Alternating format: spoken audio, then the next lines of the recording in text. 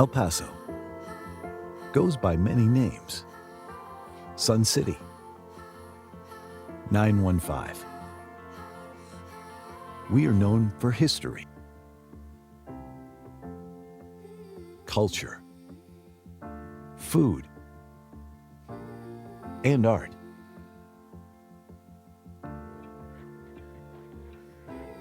In the early 1900s, development and commerce in El Paso revolved around mining and trade.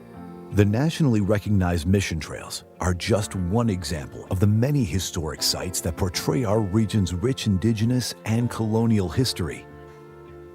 Since then, El Paso has evolved, and so has its people. We take great pride in nourishing a skilled and capable workforce, with 72% of our population being bilingual. We stay competitive among other large U.S. cities. The region's border location boasts a major trade port. It allows competitive local manufacturers to produce at maximum capacity. Fleet systems are capable of worldwide distribution of parts and products. Our state-of-the-art higher education systems are nationally recognized. The Texas Tech University Health Sciences Center El Paso, the nation's first comprehensive health sciences institution on the U.S.-Mexico border, provides students the opportunities to become doctors, nurses, and researchers. The University of Texas at El Paso offers 74 bachelor's, 74 master's, and 22 doctoral programs. Local government agencies and other economic development organizations help industries become established and expand in our community. The County of El Paso is great for business,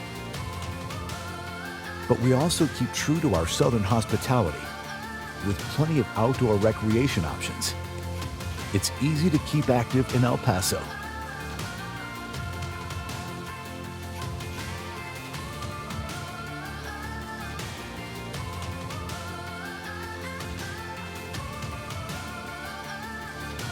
We are constantly looking for new industries interested in expansion.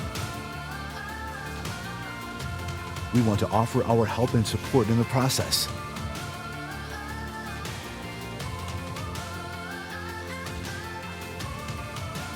No matter the name, El Paso is proud, strong, progressive. We are El Paso.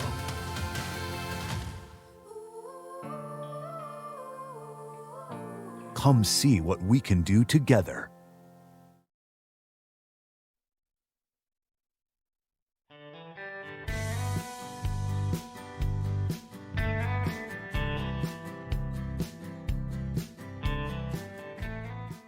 You are watching the broadcast of the El Paso County Commissioners Court meetings. Commissioners Court meetings are held every Monday at 9:30 a.m. on the third floor of the El Paso County Courthouse, located at 500 East San Antonio in downtown El Paso. These meetings are open to the public. The meeting will start momentarily.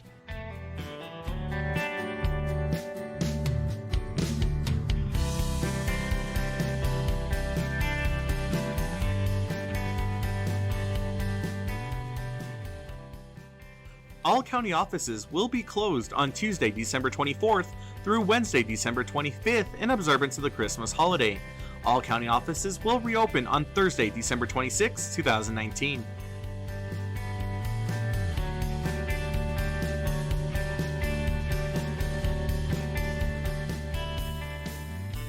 Come and celebrate the holiday tradition of lights on the lake at Escalante Park. The lights will be up the entire month of December until January 6th, beginning from 6 p.m. and will be lit up 7 days a week. Follow us on Facebook at El Paso County Parks and Recreation for upcoming special holiday events happening at Lights on the Lake.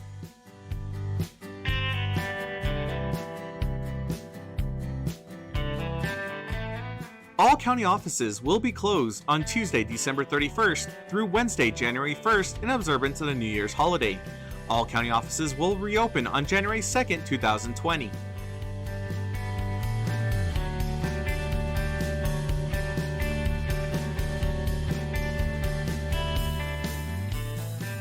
The County of El Paso Public Works Department is offering sandbags at no cost or requirements to the public.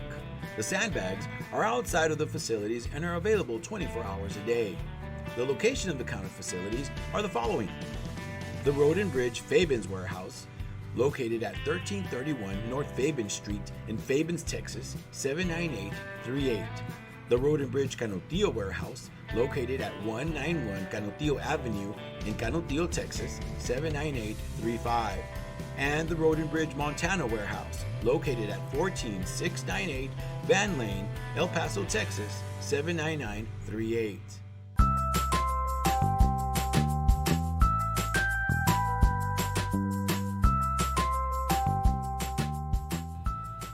Don't wait in line, pay online.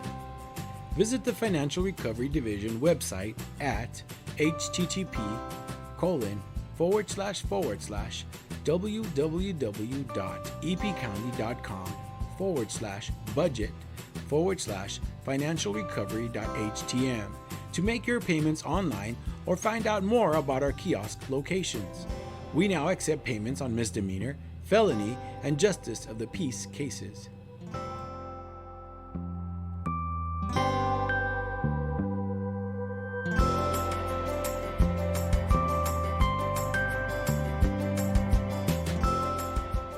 You can now watch Commissioners Court meetings on YouTube.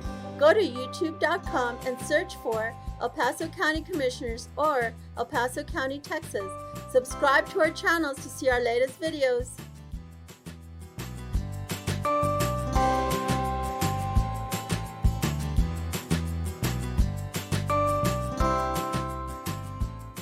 Did you know the County of El Paso's Purchasing Department is responsible for ensuring that all items and services needed by various county departments are purchased in the manner required by the state of Texas?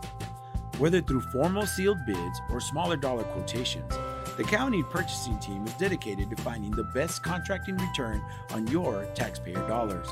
Additionally, the purchasing department is responsible for the tracking of inventory within the county and properly disposing surplus through public auctions. For questions about how to become a vendor and compete for county contracts, or to learn more about public auctions, please contact us at telephone number 915-546-2048.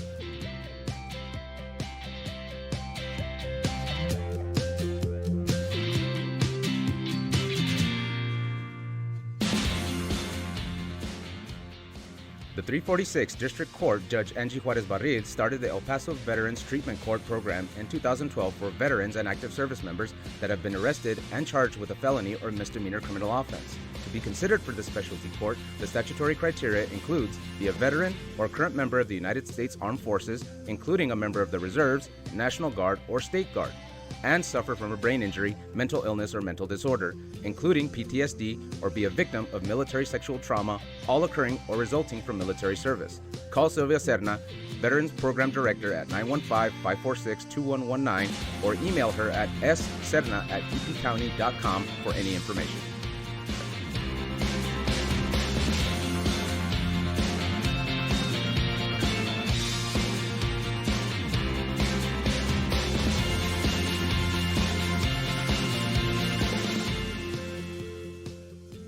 Did you know that the County of El Paso's fixed asset control and inventory disposal is handled through the purchasing department?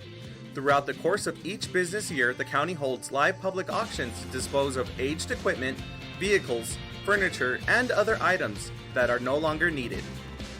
To find out about upcoming auctions or to learn more about the county's inventory disposal process, contact the purchasing department at telephone number 915-546-2048.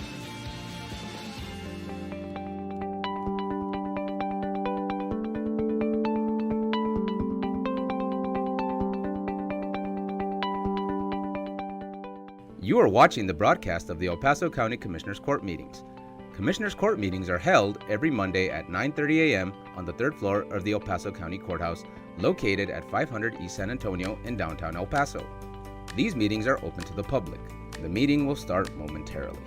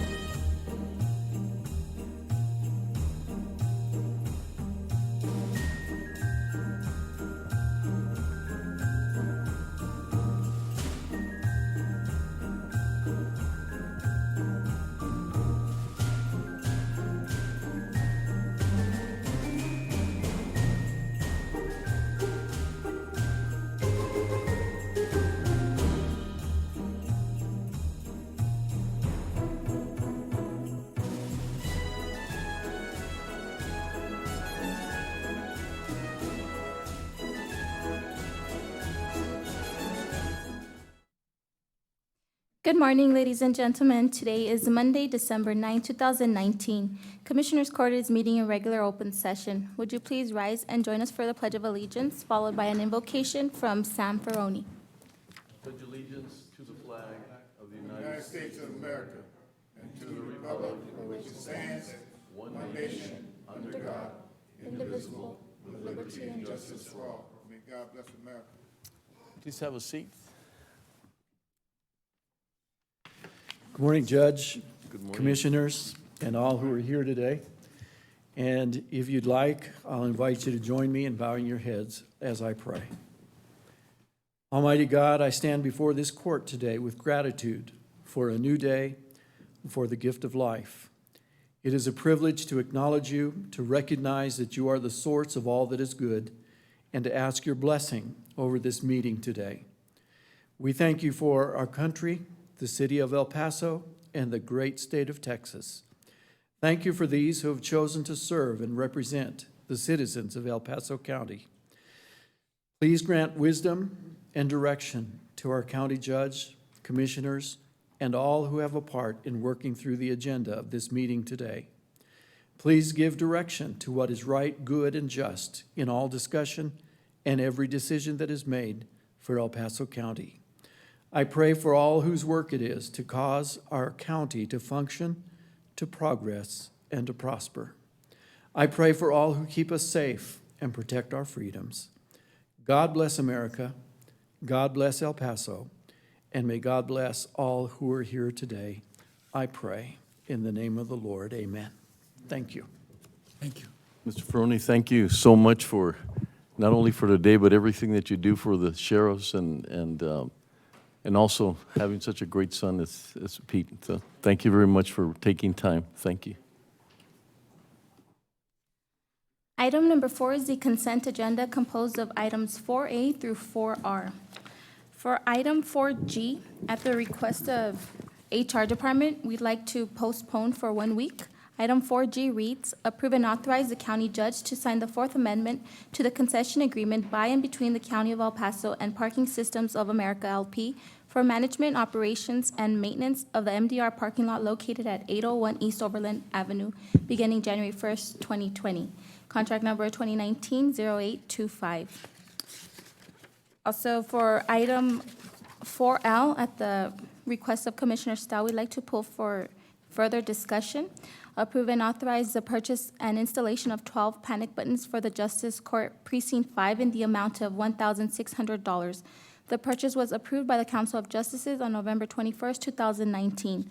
Funding is available in SR Justice Court Section Operations Contingencies. Further, approve the reallocation of funds from SR Justice Court Section Operation Contingencies to SR Justice Court Section Operations Equipment.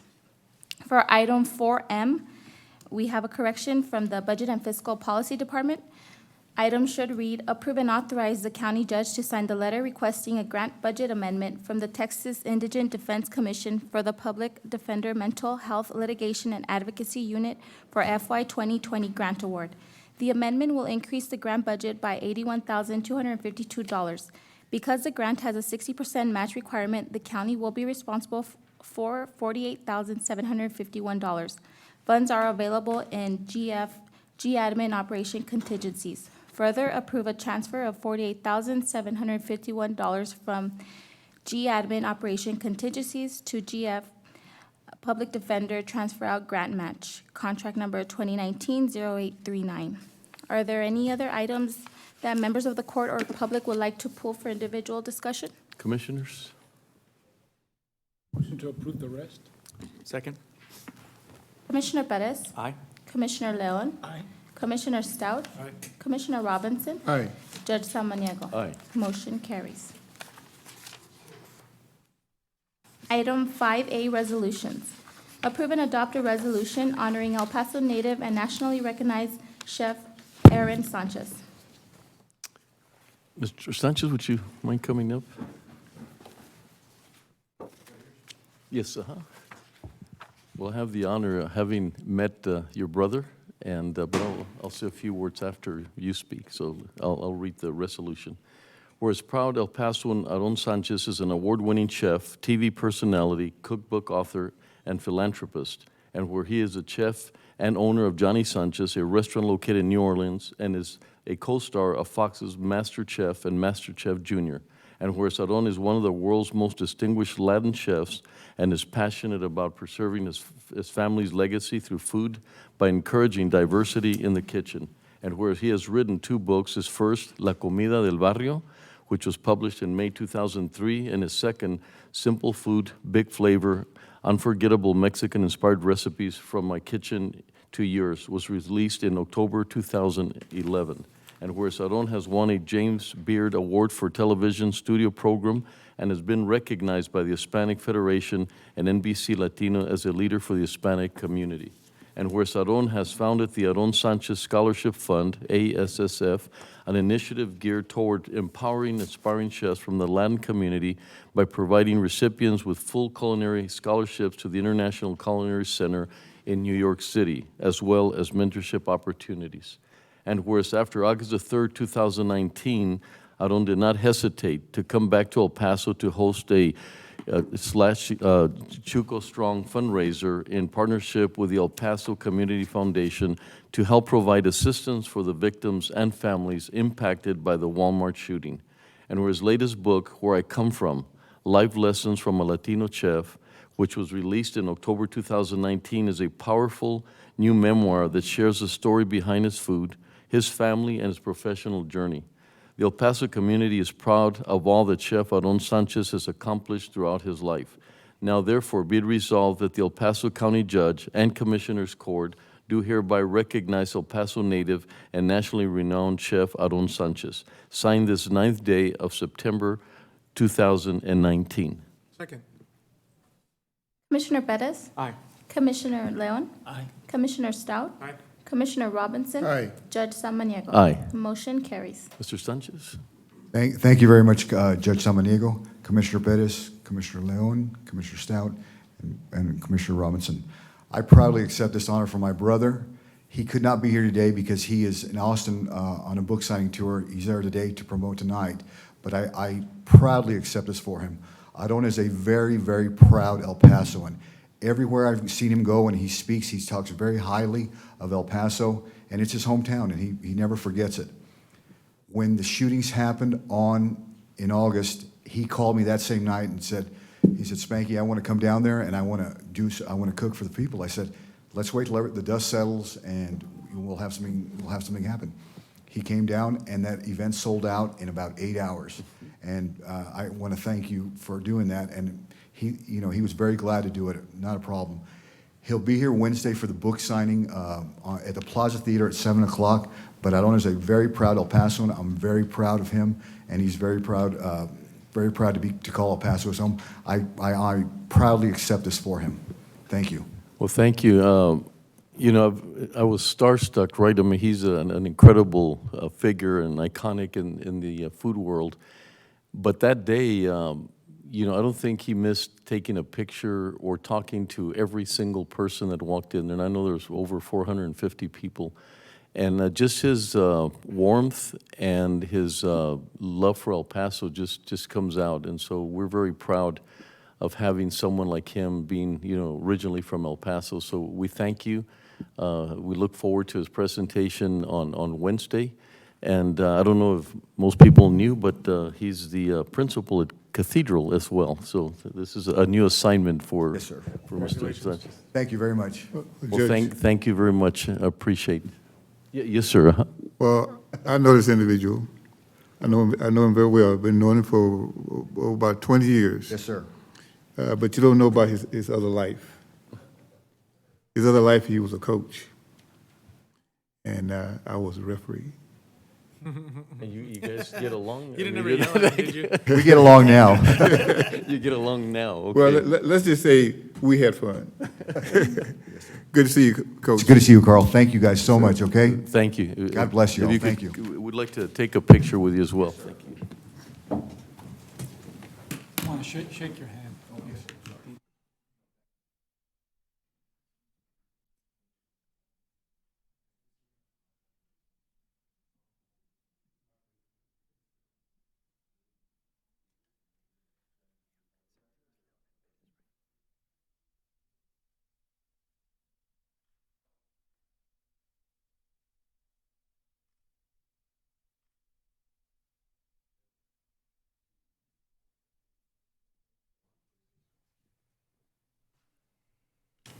Nicole?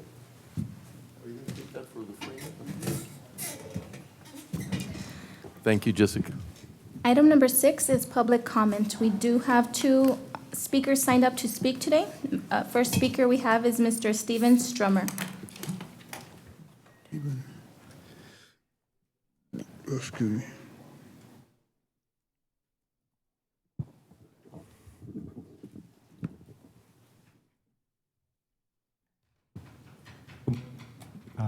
Good morning. I am here trying to get funds for the Opportunity Center again.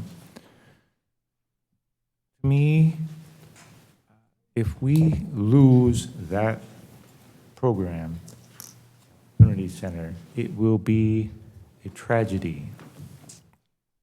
All of our downtown economic growth, it will affect us hideously. The Opportunity Center now has been in business, I believe, 25 years. It is a very, very complicated business. I knew one of the men personally that started it. He's no longer alive. He was from New Orleans. I don't know it too well, but I am praying that he will continue to help it. I have found out that they actually ran out of food this year, surprisingly, and they had to order takeout. It's expensive. Believe it or not, there was a podiatrist from Minneapolis who stayed there this year, I believe in January. She's a cultured person, originally from San Diego. But there is a mixed multitude that stays there, and it's my hope that you will not forget them. If we lose them, it'll be hideous. I remember in 1989, downtown, you couldn't walk down here. It was a sketchy place to be. It really was. I mean, clothes stolen off the line, cars stolen, people sleeping in the alleys. We need that place. There's a sociological crisis that would occur without it. So thank you for hearing my words, and thank you for supporting them this year. And I enjoyed seeing you, sir, at the Sun Bowl parade. Thank you so much. Thank you. Thank you, sir.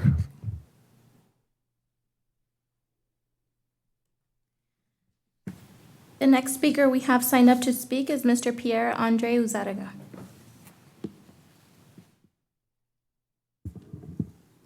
Morning, Commissioners. Good morning. Morning. Morning to the people of El Paso, Texas, and the U.S. of A. And good morning to the State Department of El Paso, Texas, and the U.S. of A. You all know I started a political party to constitutionalize ourselves, to Americanize ourselves. And I have been working extremely hard and due diligently to accomplish the ultimate objective, which is Constitution. Constitutionalize, Americanize. What I have been doing is writing letters to the Democratic National Committee and the Republican National Committee because they are the two major parties with the most resources. And what I've been doing is I've been notarizing these letters and explaining to them the importance of meeting these deadlines, the objectives, as soon as possible. And I've gotten no response, and I've made copies, and I bring it to, again, we the people and the state's attention, because by underestimating our objectives as a political party, you're victimizing yourselves, your families, your friends. This is a huge liability. I don't care what field you work in, if it's the media or government or healthcare or the education, we're victimizing ourselves. I don't have enough time to go into examples, but I do want to bring again your focus to the number of letters I've written to the Democratic National Committee and the Republican National Committee, urging them again to focus at the 9 promises that they're basically 9 issues. When we victimize ourselves, That's where our attention is. We don't focus on the solutions. I heard a couple of resolutions. We don't focus on resolutions. We're trying to undo what Donald Trump is doing. Democrats are focusing their attention on impeachment. That's unconstitutionalizing ourselves. That's victimizing ourselves. That's insanity, doing the same thing over and over and over and over and over and over and over for 240 plus years and expecting different results. That's what insanity is. That's what we all are. Well, you all are. I'm not. I'm an American. And I'm here to urge you all. You all are educated individuals. I've walked into your offices and you're very proud to have your degrees on the walls behind you, hanging up on the walls. I don't have that privilege. I learned the hard way. As educated individuals, you should be on the ball. I might smoke weed and take care of my health unorthodoxly, unconventionally, outside of the box, but it works. I have a system that's healthy, and I present it to the world in 9 issues and 9 promises. If you look at those 9 things, that's basically how I live my life. The first 12 years that I had with my daughter before she was victimized, I did my best to teach her what I'm about, to fight the system if necessary, not give in, never give up on your dreams. I know when I'm right, and I know when I'm wrong, and if I'm wrong, I'll admit to it. But here in this platform, the DNC and the RNC are not admitting their faults. One letter that I wrote in August, again, it's notarized. Okay. The deadline, I gave another letter to both Tom Perez and Ronna McDaniel, and I have the receipts of the notarization and what have you, with 0 response. And then, of course, I met my $5,000 limit, so I'm just waiting for an FEC number now.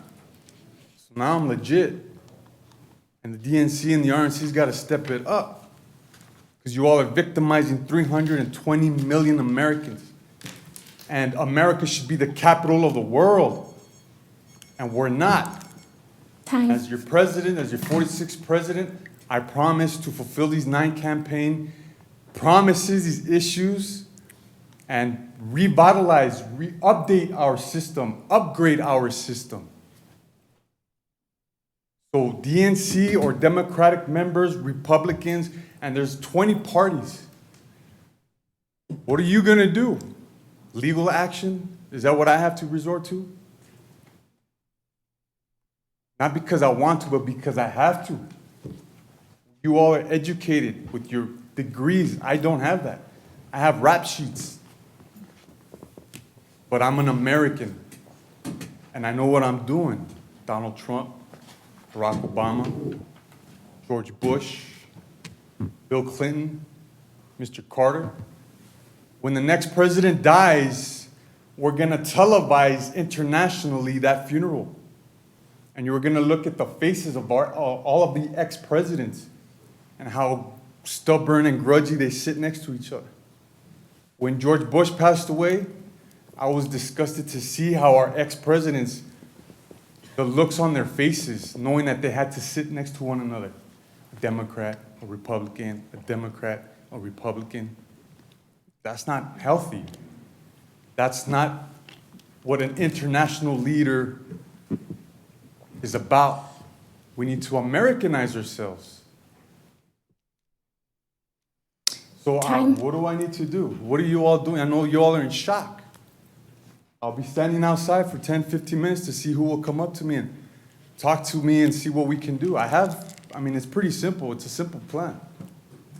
I need to be exposed. I need to be put into the media internationally so that when I represent the US of A, I can say, hey, we are the capital of the world. This is what we all need to do. A nation of nations. Thank you, sir. Thank you, Your Honor. Thank you, I'll sir. be out there. Thank you, appreciate All right. it.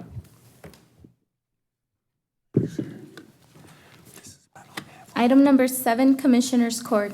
Receive a presentation from the City of El Paso Animal Services Department.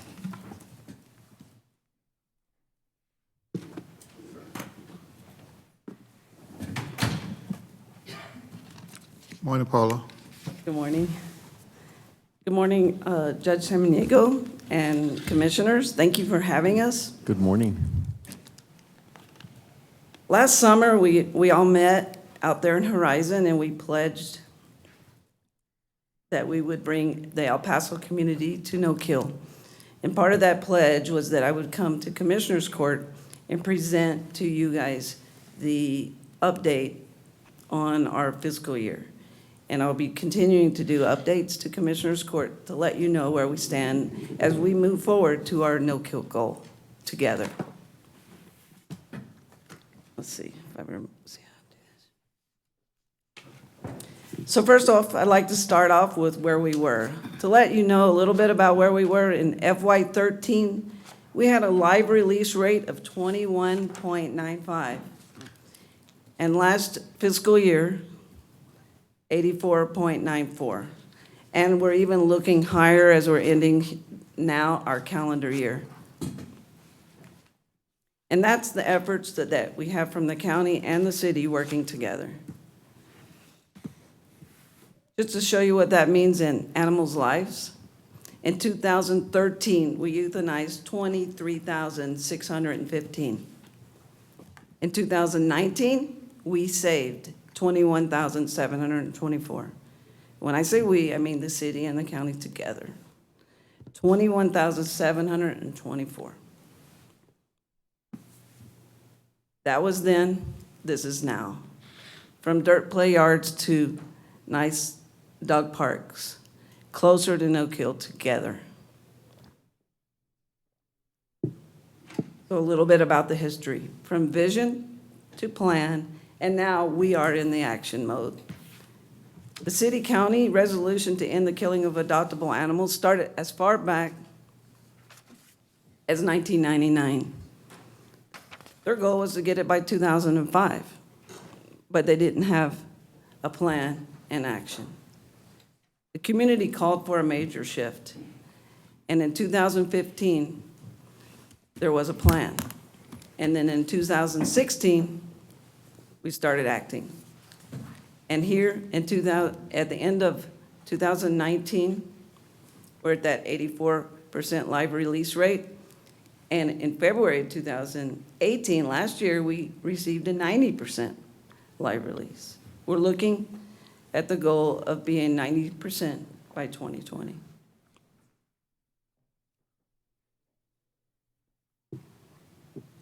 I like this slide because it really shows that this goal to become no kill is part of the vision of the city and of the county. And a lot of other cities don't have that, where animal services is in a little silo off to the side. And how cool is it that we're part of a strategic plan, a bigger plan for this entire community? We're not just, okay, the pound over on the side, but we're actually a part, and a part that has action, that has a budget. It's a pretty amazing thing to feel. And to get 90%, it seems more real than ever as I sit here at Commissioners Court knowing that the county and the city believe in the no-kill definition that I have here. Animal services, vision, mission, and core values. El Paso will be the leader in animal welfare. Again, that includes the city and the county. Our mission is to deliver exceptional services to support a high quality of life for our pets, ensuring their 5 freedoms. And our core values: professionalism, accountability, willingness to help those in need of shelter, food, care, and love and service. These are our strategic goals. I'm not going to read them all to you, but these are the goals that we develop our budget around. These are the goals that we perform under, and I'll talk to you a little bit about those performance measures as we move on. Our Animal Shelter Advisory Committee has a strategic plan as well. Everybody has a plan, and this year we're acting on the plan, including our advisory committee, which has some county appointees on it. In 2019, we hit many records. Again, this goes for both of us because just to let you know, 18% of the intake that we have at El Paso Animal Services is from the county. So when I say we, that includes the city and the county. The lowest July, August intake, the highest number returned to owners in the field, and this is something that the county officers are doing now as well, is that if a dog has a chip, we're not actually bringing it to the shelter, we're actually taking it back home. Let them have the dog. Don't bring it to the shelter. The lowest number of euthanasias, and you can read the rest of these, but it was a pretty amazing year. We broke records left and right. Now I'm going to go through our strategic plan fairly quickly. To reduce the number of pets entering animal services, what I'm showing you is our performance measures. And I'm showing you the good, which is green, the better, which is yellow, and the not so good, which is red. And that really gives you a color picture of where we need to focus this year. And on this one, it's the spay and neuter efforts. And you guys are actually helping with that and have a plan for that. This is the number of things we did to reduce the pets entering animal services. We're very happy about our pet finder map and our Animal Protection Partner Academy, which our officers actually attend. There's a video representation of the pet finder map. And our fire station microchip checks. Every fire station in El Paso, and actually I think in Horizon, has a microchip scanner, and pets actually can be returned home from there. Provide healthier pets. This is a big one. We reduce euthanasia due to infectious disease by 23%. We almost hit our goal of 25%, but we're quite proud of that.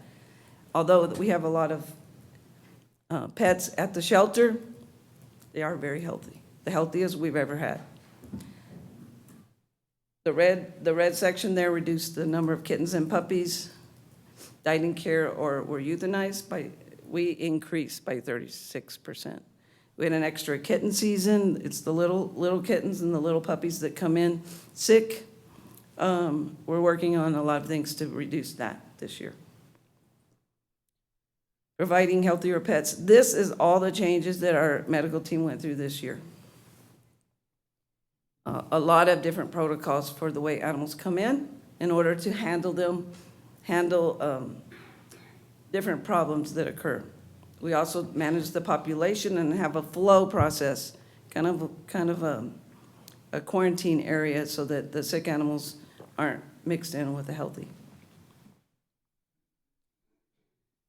We teamed up with actually the ASAC, the Community Foundation, and the county, and we did these microchip events during the past year and vaccination events. And it was pretty neat to see the sheriff officers helping us with, especially the one in the west side, because we had so many people that the freeway actually backed up, so they had to move some cars around. Provide safe, comfortable living condition for pets in our care. Again, the green is really good, and the red is where we need to focus this year. We are down to one veterinarian at the shelter, just to let you know. A lot of our results, especially in like the community cat program, basically is because that vet does the surgeries, and there's only so many surgeries one vet can do. So we are in the process of hiring, and I'll talk a little bit about that, 3 more vets. So this is a list of all the things we did under that goal during the past year. To include deep cleaning protocols, we added the outdoor kennels and extra storage space and daily reporting changes. Goal 4, this is the positive outcomes.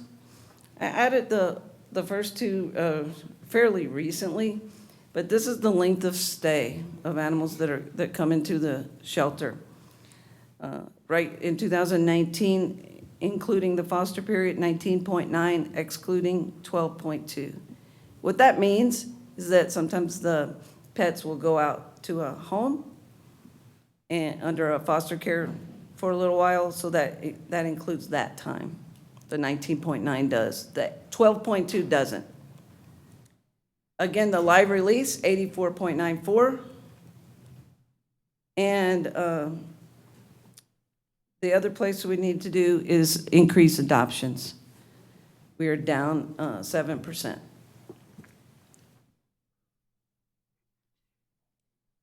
But we have some pretty cool things to go for. Increase positive outcomes for pets in our community. There's a list of the things that changed this year. The 2 that are kind of highlighted are first in the nation. Cats at the Zoo, we're the first zoo, and Animal Service Department worked together, and we are actually in the pre-building stage of Cats at the Zoo. Hope to open close to spring break, and what that is you can adopt kittens and cats from the zoo. And the Finder to Foster program, for the first in the nation, actually.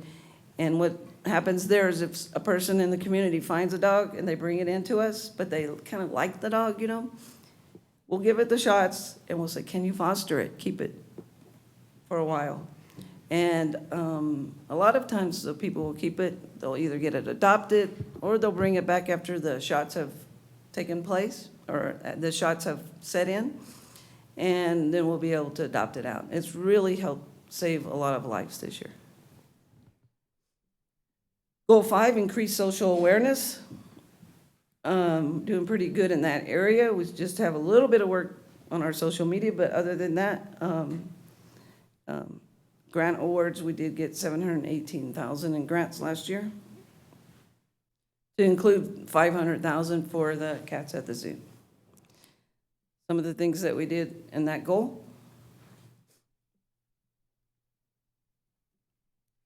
And goal 6 is provide a safe environment for employees.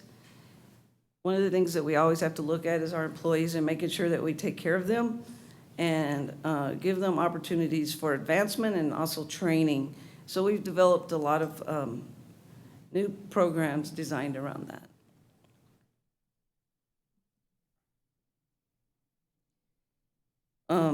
In order to give them a little different thing to be in charge of, what we've done is if you go to a conference, this year all these people went to the Best Friends Conference, and what they have to do is come back with a project. And all these people have a project that they're working on right now to improve the lives of the animals at our shelter or to help us with our mission. And it's been really good to see. And these are animal care attendants, these are vet techs, supervisors at all levels. But when they're in charge of their project, they're in charge of their project, and they take it and lead through it. And we actually follow through with most of these. We had the We Will rallies already. That one is actually complete. We finished the last one on Thursday, where the community comes in and does an open house of the shelter. And we walk around and talk about all the programs we have. We finished that last week.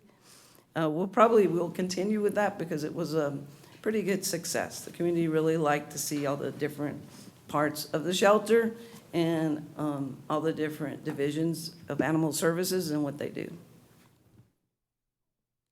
A little bit about what our grants that we got this past year.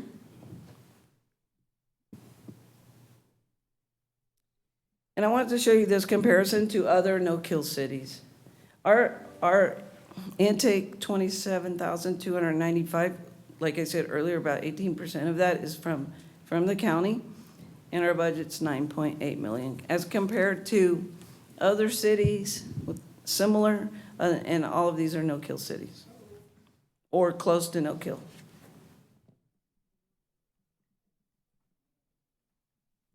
So we have our strategic plan, and we've updated it in order to get the last 6% and to sustain it.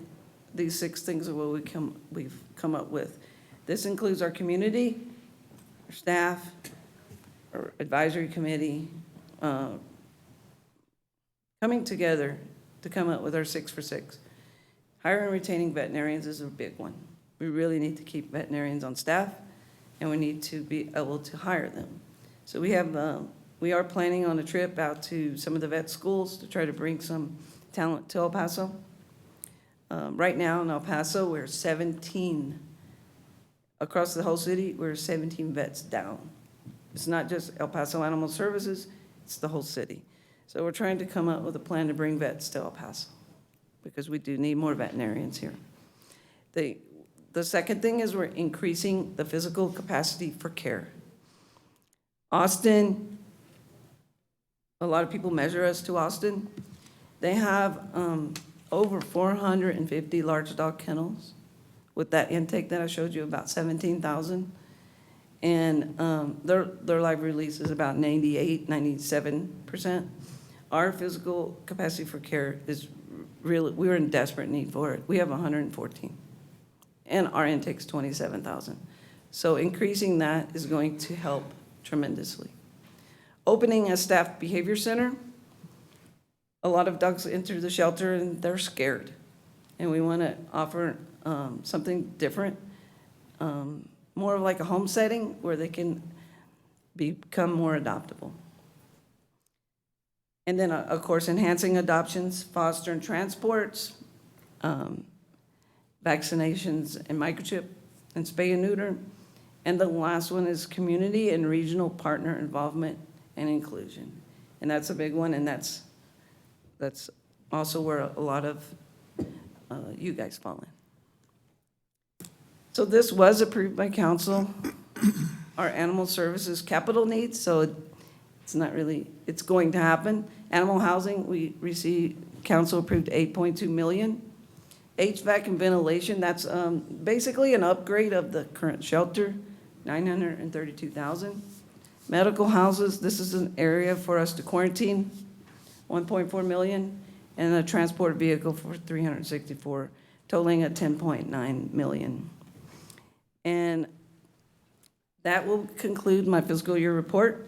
I expect that I'll be back up for the calendar year later on, or early in the next year, to give you more update on our no-kill by December 2020. Any questions? Paula, thank you. That's very comprehensive, and a lot of things have taken place. And I think a lot of it is owed to your passion and interest and love for animals. Could you talk a little bit about what are your thoughts of the county and what role we would play, and how do we become part of this vision that you have? I think that the county, and be honest with you, since the summer, we've continued to get really great support from the sheriff officers that are working, and Celeste and your office. But I believe that as soon as we get the county trained up and on all of our life-saving programs to become no-kill, and I think that we do need to focus on the county areas, especially on the education, the spay and neuter, the vaccination. So I'd like to work with the county in those areas. And I think that would help us a lot in becoming no-kill. Betsy, any comments as to what we're looking at going forward? I briefly spoke with Paula before today's session.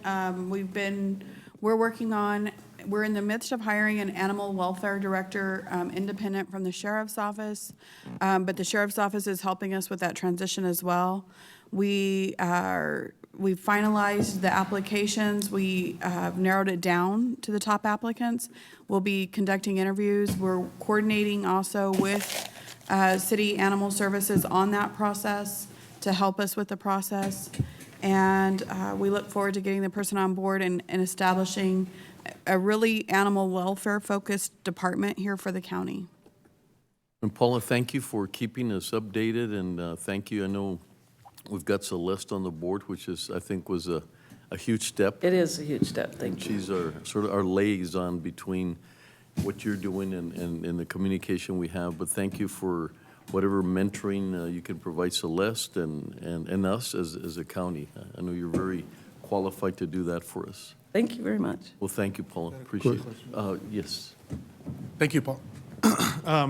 I've got a couple of questions for you. Just, you know, I was wondering, you know, when it comes to the spay and neuter efforts, and the goal was to increase the number of spay and neuter by 20%, but it actually went the other way by 20. What do you know what that could be attributable to, or you know how that can be? I mean, what can we do to fix that? Is it lack of education? Is it? It's a little bit of both, but I think the number one reason for us not to hit that was lack of veterinarians. Okay. To be honest with you, that's why we're trying to really start the new year off after the kids get back to their vet schools, is to go in with a comprehensive plan of bringing veterinarians to El Paso. That's the big thing. 17 vets down. The big reason why. Okay. And so I saw that that's in your strategic goals to try to recruit more. Yes. Also, I'd be remiss if I didn't bring this up, because I've gotten about 4,000 emails, and I know you probably know what I'm talking about. I guess there was a news report by one of the local stations about, you know, issues with animals being cruelly warehoused, and so because I've just gotten so many, both in Spanish and in English, I don't know if other commissioners have received the barrage of emails as well, but it's a form email, and I don't even know if folks are even residents of El Paso or not. But I got a lot, so I just wanted to ask you about that and kind of understand what's being done or how we need to respond to that. I mean, it's up to you on how you respond, but I can give you a quick update. How's Okay. that? What, and I haven't seen your emails, but I can show you. that's okay. That's okay. I kind of would rather not. I'll just give you a quick update. What we have is some pictures have surfaced, and out of context and presented is how we treat animals at El Paso Animal Services. I can't confirm some of them. I haven't seen them all, to be honest with you. I stopped getting the reports on those. I can't confirm one in particular, and one that I remember the day that happened, is where one dog was pulled under the fence by another dog. And I have to tell you that dog probably changed how we operate at El Paso Animal Services. We acted on that same day, not after a reaction from the letters or the news media or any of that. We acted on that same day, and we changed the way the kennels were. No one could have foreseen it. I had so many people go through and look at the kennels. They're only off the ground by that much, and it was just like a little paw that's like slid under. That one will haunt us for a while.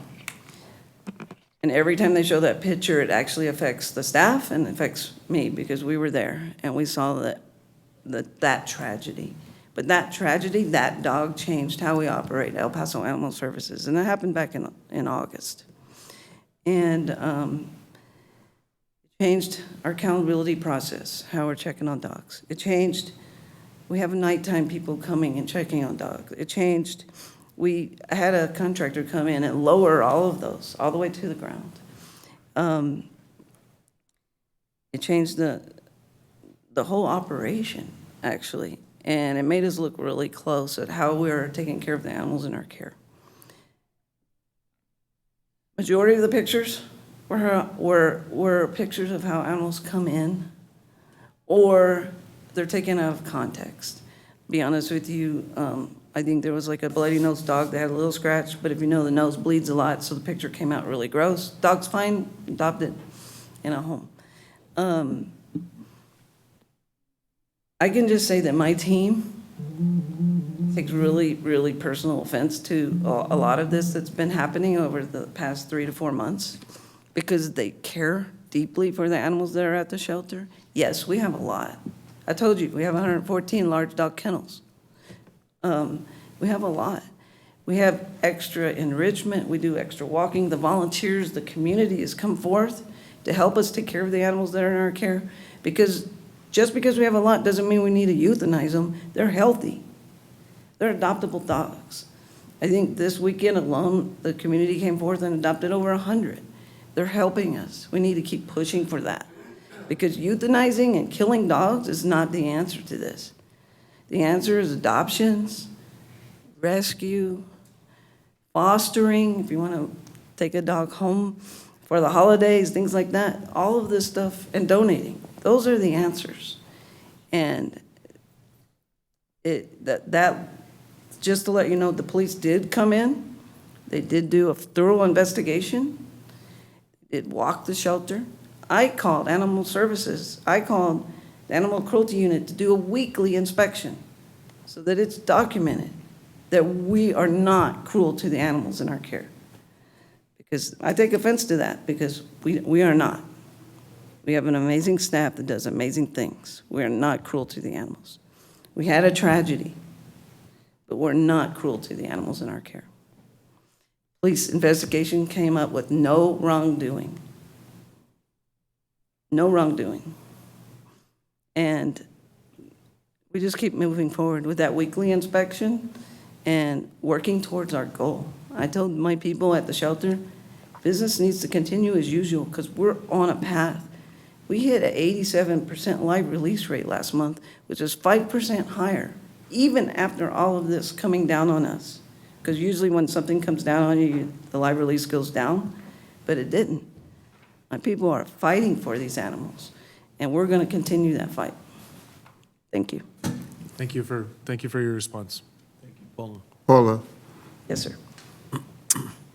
I've known you for well over 20 years, and I would just say to the ladies and gentlemen that Paula is one of the most professional persons that you could have on your staff, whether it be with the city or the county.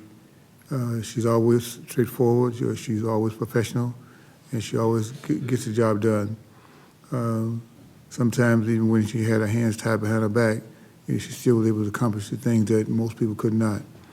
So as far as the dedication that she has to the job and the service she provides to the community is outstanding, considering the fact that where the Animal Services was when she took over the Animal Services to where it is now. It's like a difference of night and day.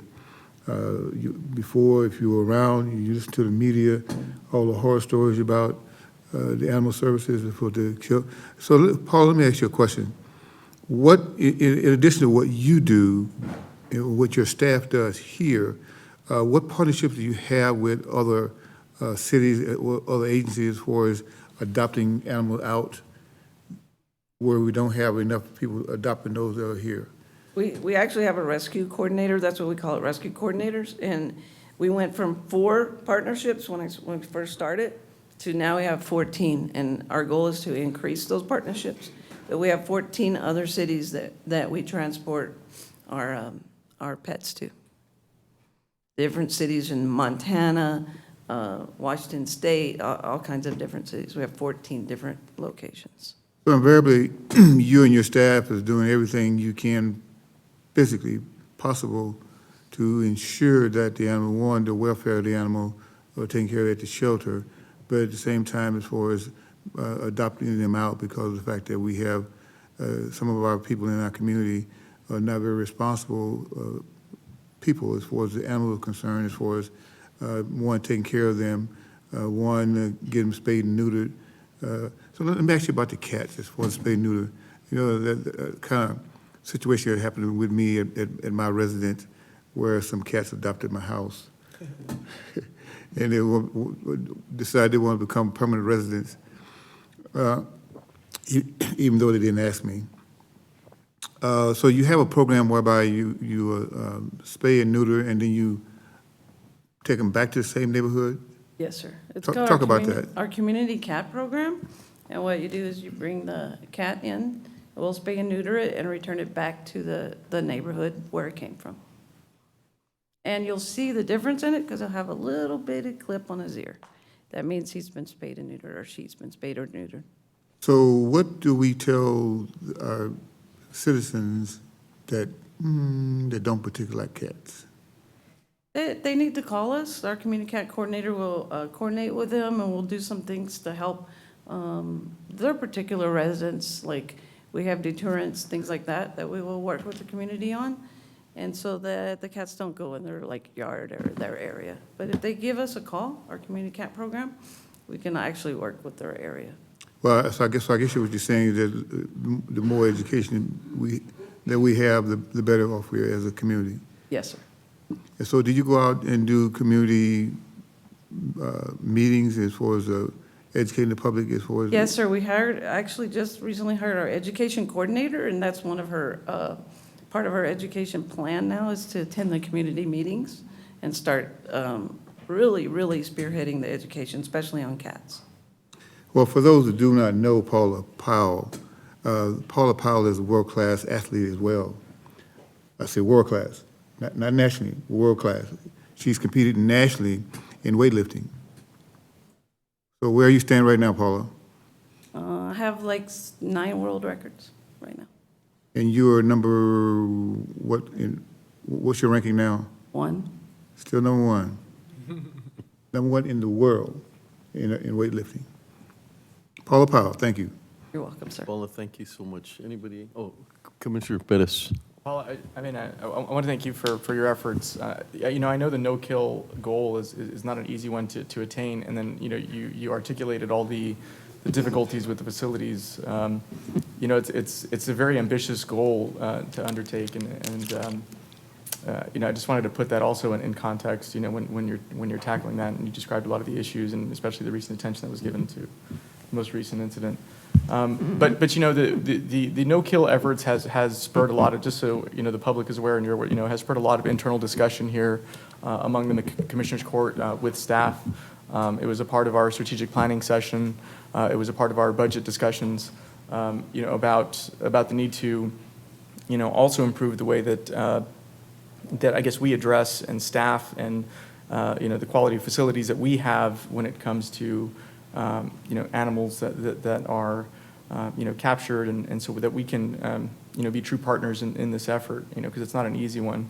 In the precinct that I represent, it probably is contributing the most of that 20% or so that's going into the city's facilities. But it goes to just show you how big of a serious problem it is, for our community. It is a quality of life issue. I mean, there are many parts, of our county, particularly in rural areas, where there are a lot of stray animals on the streets where people don't feel safe walking. They don't feel safe going out. And even just recently, we've been walking the areas, and there are many areas where there needs to be a lot more that's done to take care of this, but then also address this in a humane way, making sure that it's not just automatic euthanization. I remember growing up that, I think there was like a 3-day policy. I don't know if that's true. That if an animal was not claimed in a very short period of time, usually that animal was euthanized. I'm glad that's no longer the case, but I appreciate your efforts. It's, like I said, it was a very ambitious goal, but it also, if we're going to be serious about addressing this, we do have to be serious with backing it up with the resources to ensure that, you're getting the tools and resources that you need to, and that our community is allocating the appropriate tools and resources to achieve that goal. But thank you for your efforts on all that. Thank you, sir. Commissioner. Paula, thank you so much. Thank you very much for Appreciate your having time. me. Thank you. Item number 8, Auditor. Pursuant to Texas Government Code Title 10, Section 2256.003, please accept the attached investment reports for the 4th quarter and 12 months ended September 30th, 2019.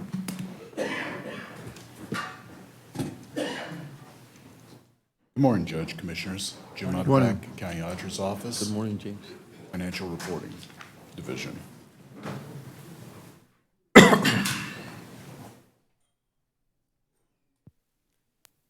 quarterly investment report for the quarter and the year ending September 30, 2019.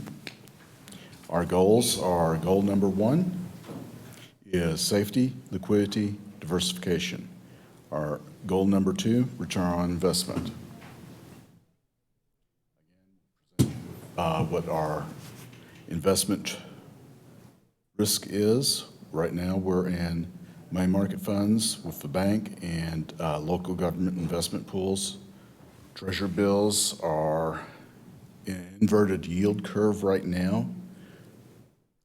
3 months Treasury bill earning 1.93% compared to the 5-year, which is at 1.57, and the 10-year Treasury note at 1.7%. Right now, your short end of the investments is your higher yield.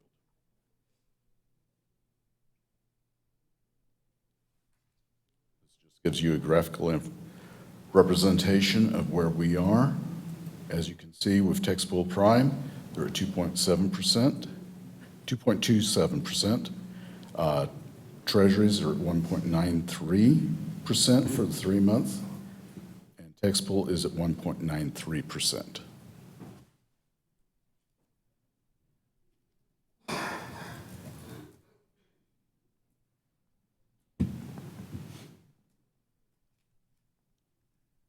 Where our investments are, we have right now is $22 million in cash, $5 million in tax pool, and $146 million in tax pool prime.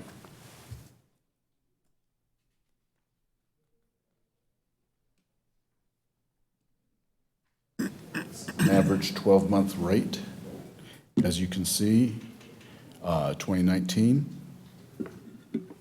Our tax pool prime rates are equaling the 10-year Treasury rate. We've also exceeded is the 5-year and 2-year Treasury rates, and then the bottom is the interest rate we're getting from Vantage Bank.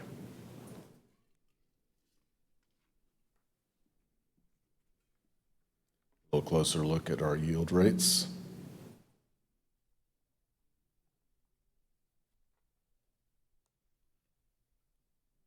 And this gives you a breakdown of the investment pools. For the investment pools that have commercial paper in, tax pool prime is 38% commercial paper. Texas class is 89% commercial paper. And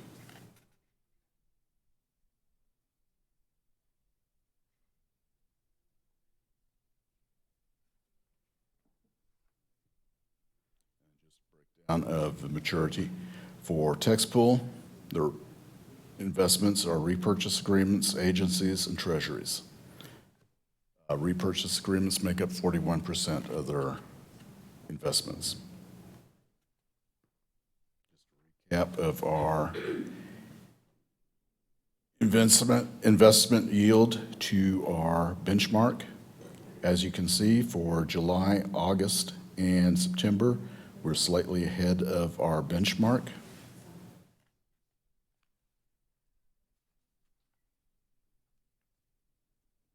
This just gives you our cash flow of all the funds.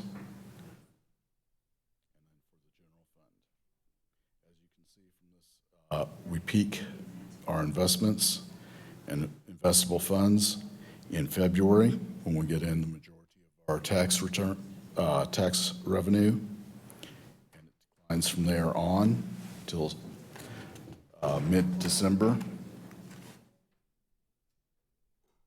Our debt service, again, is our investable funds peak in January and February.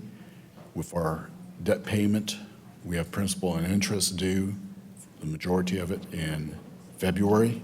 So that's why you see a steep decline in February. And you'll see a second decline in August when we have our secondary interest payment. Capital projects, our funds have been going along at a steady pace with a slight decline. You'll see in March where we have an increase, and that is where we transfer over the 1 penny that we have dedicated to capital projects. This is a breakdown of our funds. 54% is the general fund, 15% is special revenue, and 18% is capital projects, with smaller funds making up the rest of the investments. Any questions? Just anything that you worry about as we're looking at the future? And then secondly, do you, because of the cap and what we're going to be facing, do you take on a different strategy for? We are looking at different strategies right now. Our safest investments are treasuries, agencies, and short-term investments. And with that is, like I said, the treasury yield curve has inverted. It inverted in May and has continued to stay inverted. The Federal Reserve did some easing on the interest rates. They have left it for the last 2 periods alone. What they have been doing is inflows of money through repurchase of securities from the banks when the banks have had liquidity issues, and they've been doing that since September. So you're looking at, I mean, at least the revenues, right? I mean, how do we offset some of the challenges we have from the restraints? Right now, our revenues are doing pretty good. We have property tax flowing in, which we'll discuss when we do the monthly financial report. You got to understand this goes through September 30. Oh, okay. We have had great sales tax. We've reached, last year is our highest sales tax revenue in the history. It's continued to grow year after year. And it's grown at a good pace this year, with it being about 5%. And if you go out to the stores, you'll see people are out there shopping. Working. Judge, Edward Dion, County Auditor. Yes, sir. Just to let you know, within the last week or so, we've been working with the investment advisor. He's currently looking at our investment policy, and our goal is to, to make sure that we try to keep as much invested as possible, minimize the amount of cash. Our challenge right now is that the Fed keeps reducing rates. So when you get into an investment, a lot of times the Fed reduction affects the investments. So we have to, I'm glad we have some expertise now to help us out, to make sure we don't get into an investment that we end up having to pull. We don't want to lose interest, but as Mr. Utterback said, we've been gaining ground on the earning of interest, and we're going to continue focusing on that, making sure that we preserve, the corpus and that we go after interest, but at the same time that we have safety and liquidity at the same time. But we totally understand we need to bring in as much interest revenue as we possibly can safely. Thank you. I appreciate that. Commissioner Robinson. Well, not with anybody here, but some people across the street. In regards to revenue, I would like to ask if we could ask our partners at the city, back years ago, the sales tax at Fort Bliss, at the post exchange, the soldiers get tax-free, soldiers and veterans are tax-free, but the concessions at the facility pay tax, sales tax. So when you make a purchase with one of the concessions, the purchase price plus the regular sales tax. For up until about 6, 7 years ago, they were not collecting the full, was it 8.25%? So we, the city, went and pursued getting that rest of the revenue, thereby that we were getting the sales tax from that revenue to come to the city. Now, since we are so blessed part of the El Paso County, I'm thinking, my thoughts is that it should be a shared revenue. I know it may cause a little controversy, because if you're receiving money, you don't want to share with someone else. But I'm just asking a question, if we just ask the question and see if there's a way that we could pursue sharing that revenue that they're receiving. Now, I could never get our budget people to tell me how much we were getting, but I do know from my calculation, before I left in 2017, they were receiving at least annually $500 million. No, not a billion, half a million, over $500,000 annually. Now, we may have to talk to the comptroller's office, because that's where everything derives from. But I'm just asking, Judge, if we want to pursue that, because that's, since Fort Bliss is part of our community and part of El Paso County, as well as the city receiving that revenue, it should be shared revenue. Judge, I can answer to that question. Is the sales tax in the state of Texas is the county collects 0.5%. The city, they collect 0.5%, and they also collect a 1% on the transportation. The state collects 6.25%. That makes up our total sales tax for El Paso County of 8.25%. No, but what I'm saying is, you said 6%? 6.25%. 6.25%. State Right, but see, what happened is that the remainder, going up to 8.25%, they were not collecting until they went and got legislation to do that. So which means that now the city is collecting the remainder portion of that from the 6.25% to up to 8.25%, that they're receiving that revenue, which means that we're not getting that portion of it. Well, Excuse me, Christina, are we okay? Because we're in an investment, and I think we're moving in outside the scope. I think we're going a little bit outside the scope. I'm not seeing how it's related to the acceptance of the investment report. And then I guess as far as in terms of the sales tax issues, I can't actually answer that right now. I'm going to have to do some more research on that. It's probably a matter of discussion for a separate agenda posting. I don't know. Well, basically, I'm sorry, but basically what I was asking, that I'm sorry to go too far on that, but I think we need to look into it. Understood. Yeah, thank you, Commissioner. Based on that information, though, we'll have an update in January for the revenues and budget, so we'll look into it more and come back with some more information on that as to what options we have, because there's areas in the state or in Texas, in El Paso, that it's not the full 8.25%, but it's outside the city limits. But we'll talk about that as options. So you'll include yes, the concerned Commissioner and we'll Robinson? Contact the comptroller. Absolutely. Anybody else? Thank you, sir. Appreciate it. Thank you, Judge. Thank you. Commissioners. Motion? So move. Second. Commissioner Bettis? Aye. Commissioner Leon? Aye. Commissioner Stout? Aye. Commissioner Robinson? Aye. Judge Samaniego? Aye. Motion carries. Thank you. At this time, we'd like to go ahead and pull item 4L.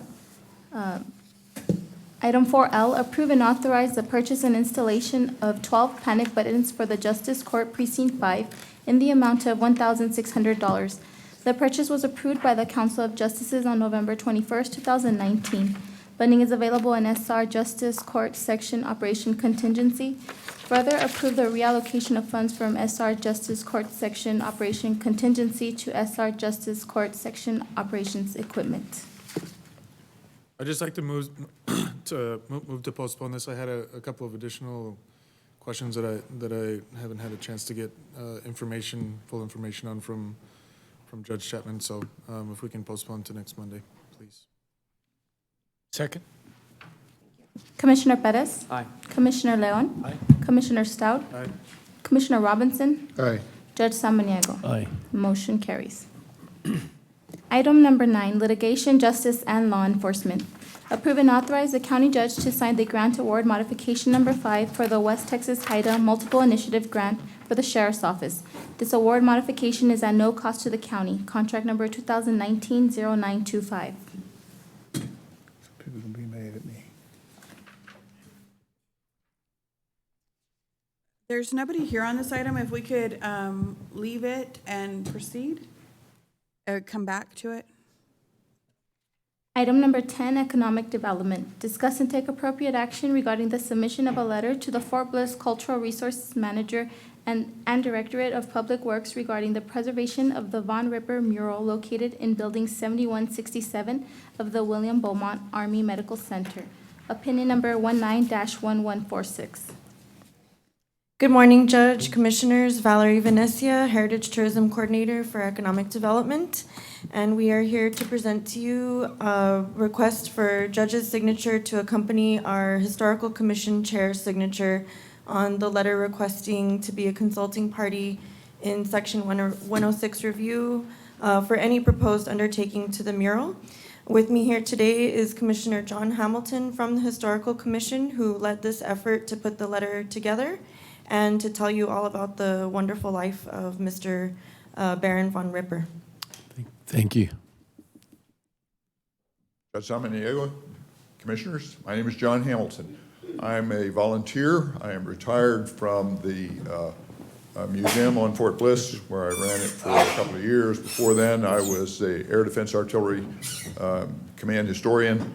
So I've got a few credentials, I think, that can support my position, my presentation to you. I want to talk to you very quickly about this mural that is in Building 7167. It's on the William Beaumont Hospital campus on Fort Bliss.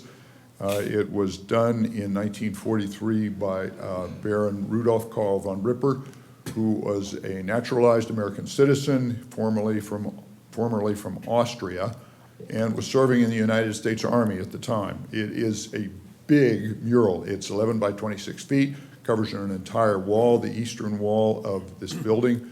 The building has been used for various purposes, and it ultimately, the last purpose was something to do with blood work for the hospital. The hospital, as you probably all know, is going to ultimately move. They will be moving to the new hospital once that is completed out off of Route 375. But let me talk a little bit, if I could, about Von Ripper and his odyssey. Could I see the next slide, please?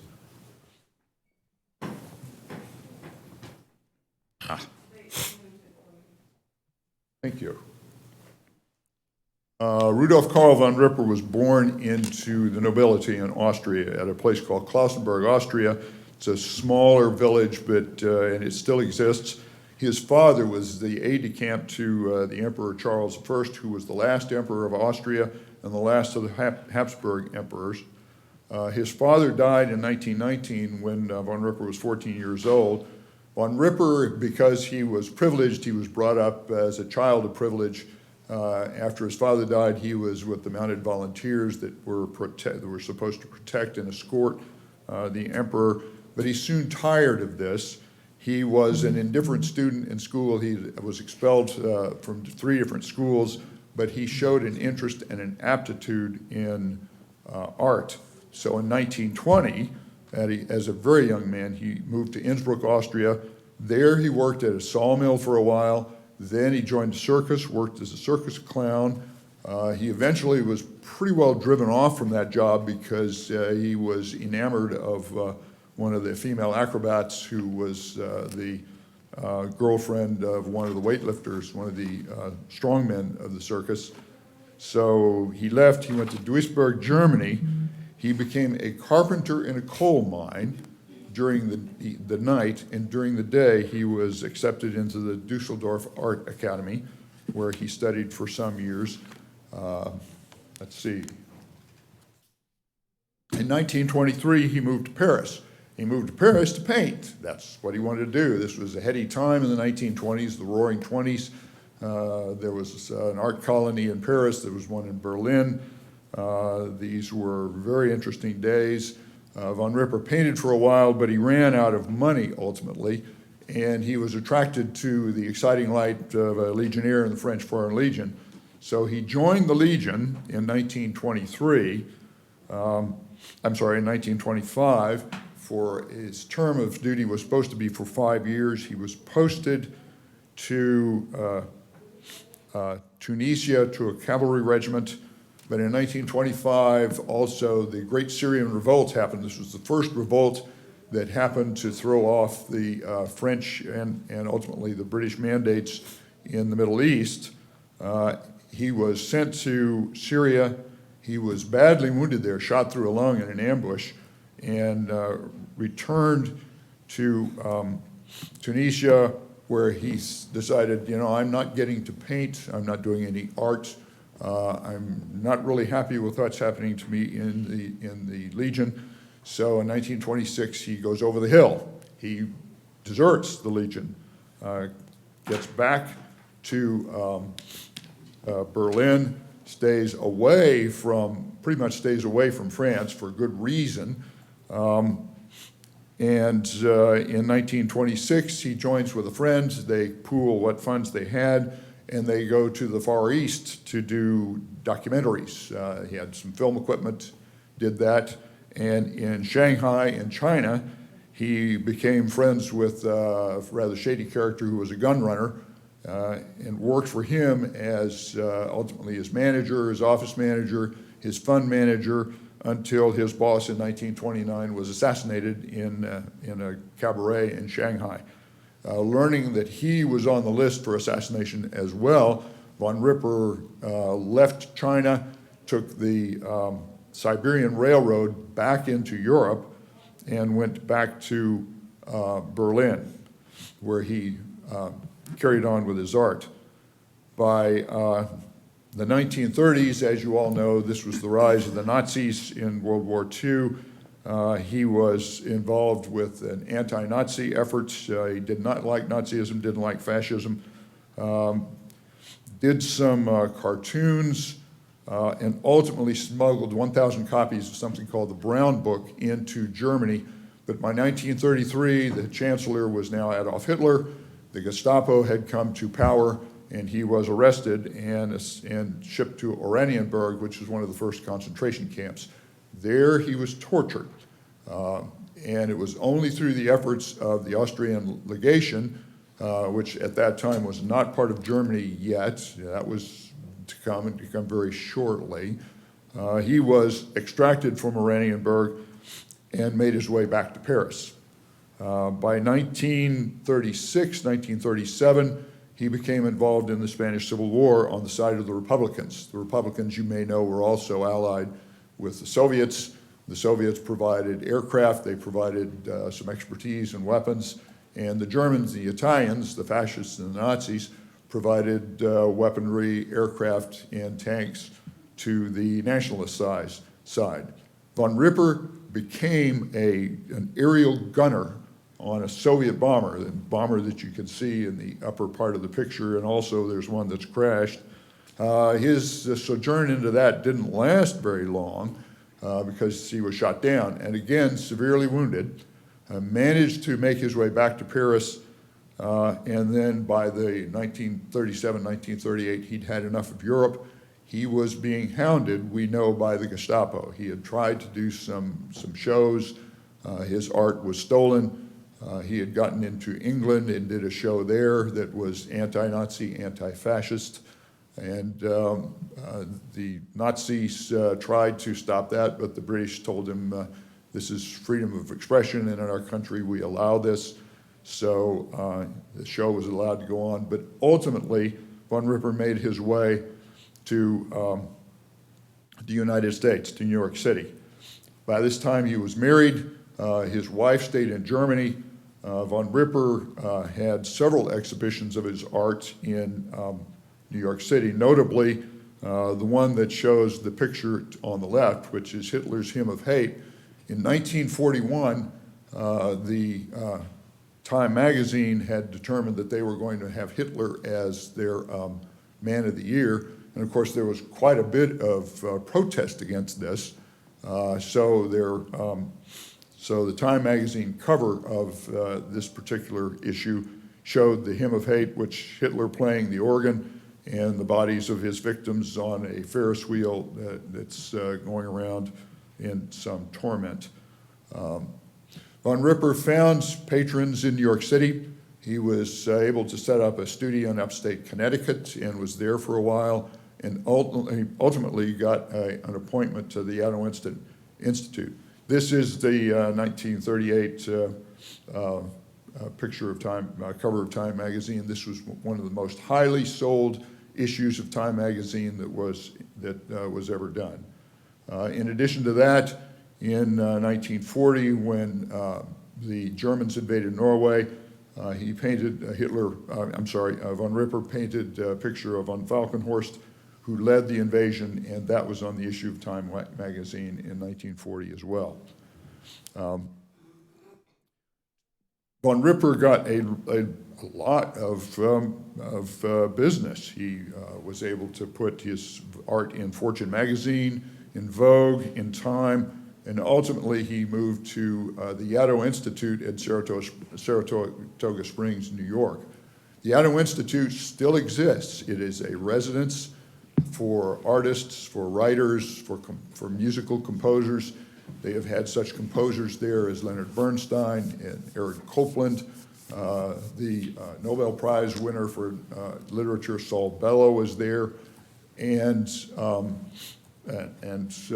Ripper got to stay there as an artist in residence. You got to practice your art. You are provided a stipend and living quarters and meals. And in 1940 and 1941, Von Ripper thrived there. You can see him.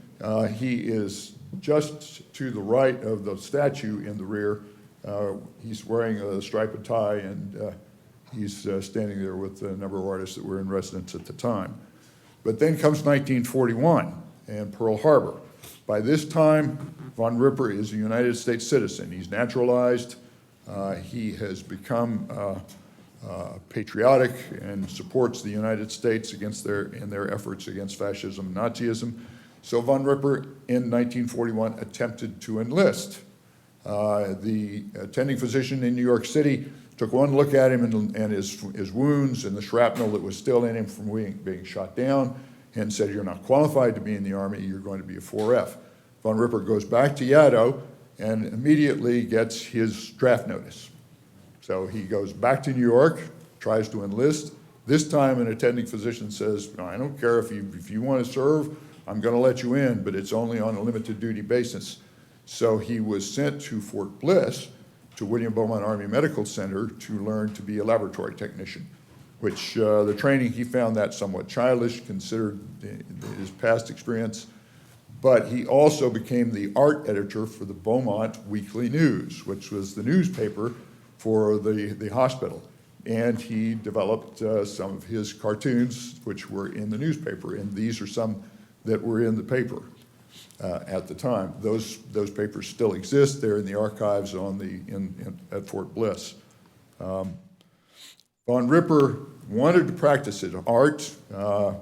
He was engaged as being the art editor, and when the hospital decided to move their library to Building 7167, he asked if he could paint a mural on the wall. This, we think, is the only mural that Von Ripper ever painted, and it is his legacy to Fort Bliss. And the interesting thing about it, there's a picture of him painting the mural. It's the only one we could find, and it's not a very good one. But the interesting thing about it is flanked on one side by a soldier in combat gear, flanked on the other side by a sailor in combat gear, and then you have a number of Americans holding up a painting or a picture of the map of the United States. The remarkable thing is, this is 1943. Segregation is in effect, and yet you have Asian Americans, you have African Americans, there are women, there are workers, doctors, there is a picture in the back of a police officer.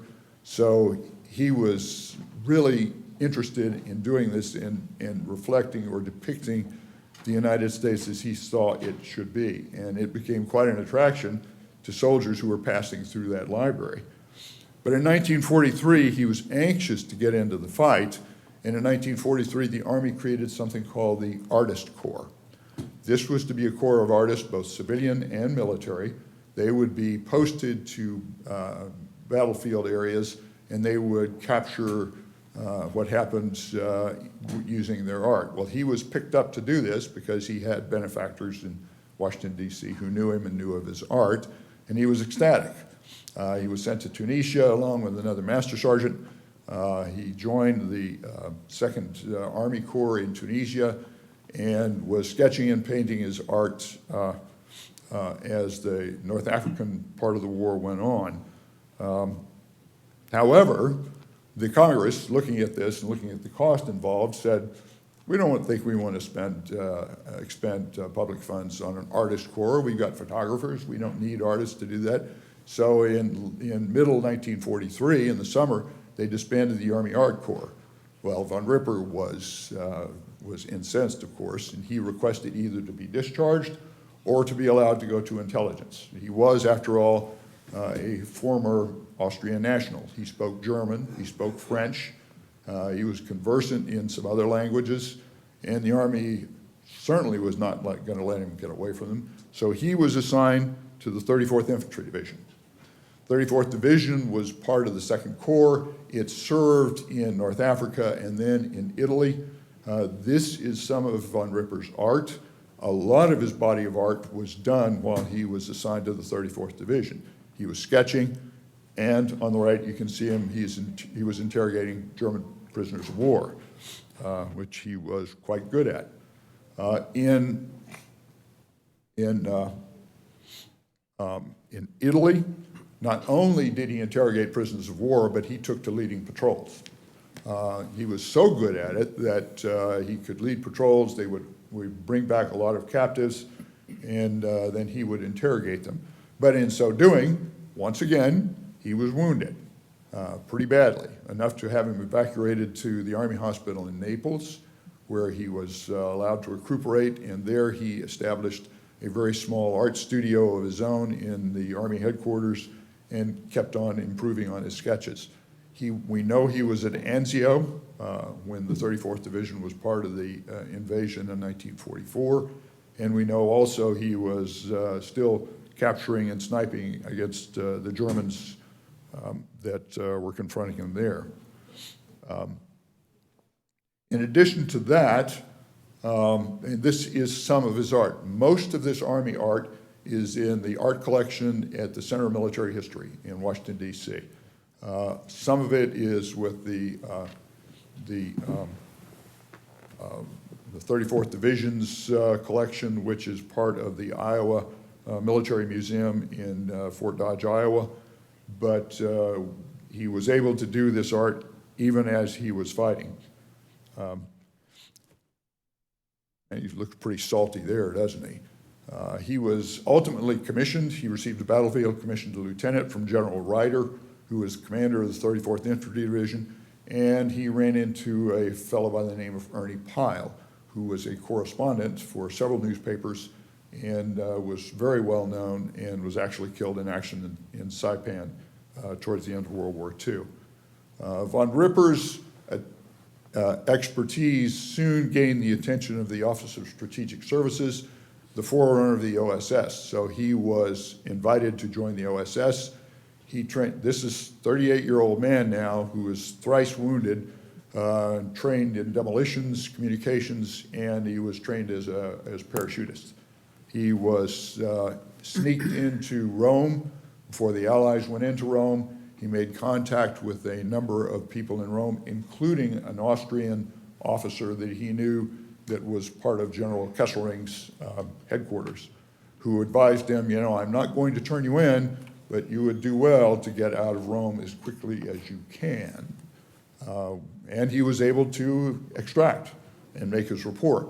He was later dropped into Yugoslavia near the Austrian border. He collected intelligence there and was able to be extracted back to make his report, and finally was dropped into Austria towards the end of the war, where unfortunately his mission was to arrange for an able-bodied resistance against the Nazis among the able-bodied Austrians that were still in Austria and capable of confronting the Nazis. The only problem was, by 1944, 1945, there weren't many able-bodied Austrian men left in Austria. They were all in the Wehrmacht fighting the Russians on the Eastern Front. So automatically, von Ripper drew attention as a fit individual, a man in a railroad station, and the Gestapo picked him up again. In his interrogation, he had the poison pill, the vial of cyanide that all agents had, that was in his mouth, and because the Gestapo chief could not contact Berlin for instructions, he was released. And he made it out because he was unwilling to undergo Gestapo torture again.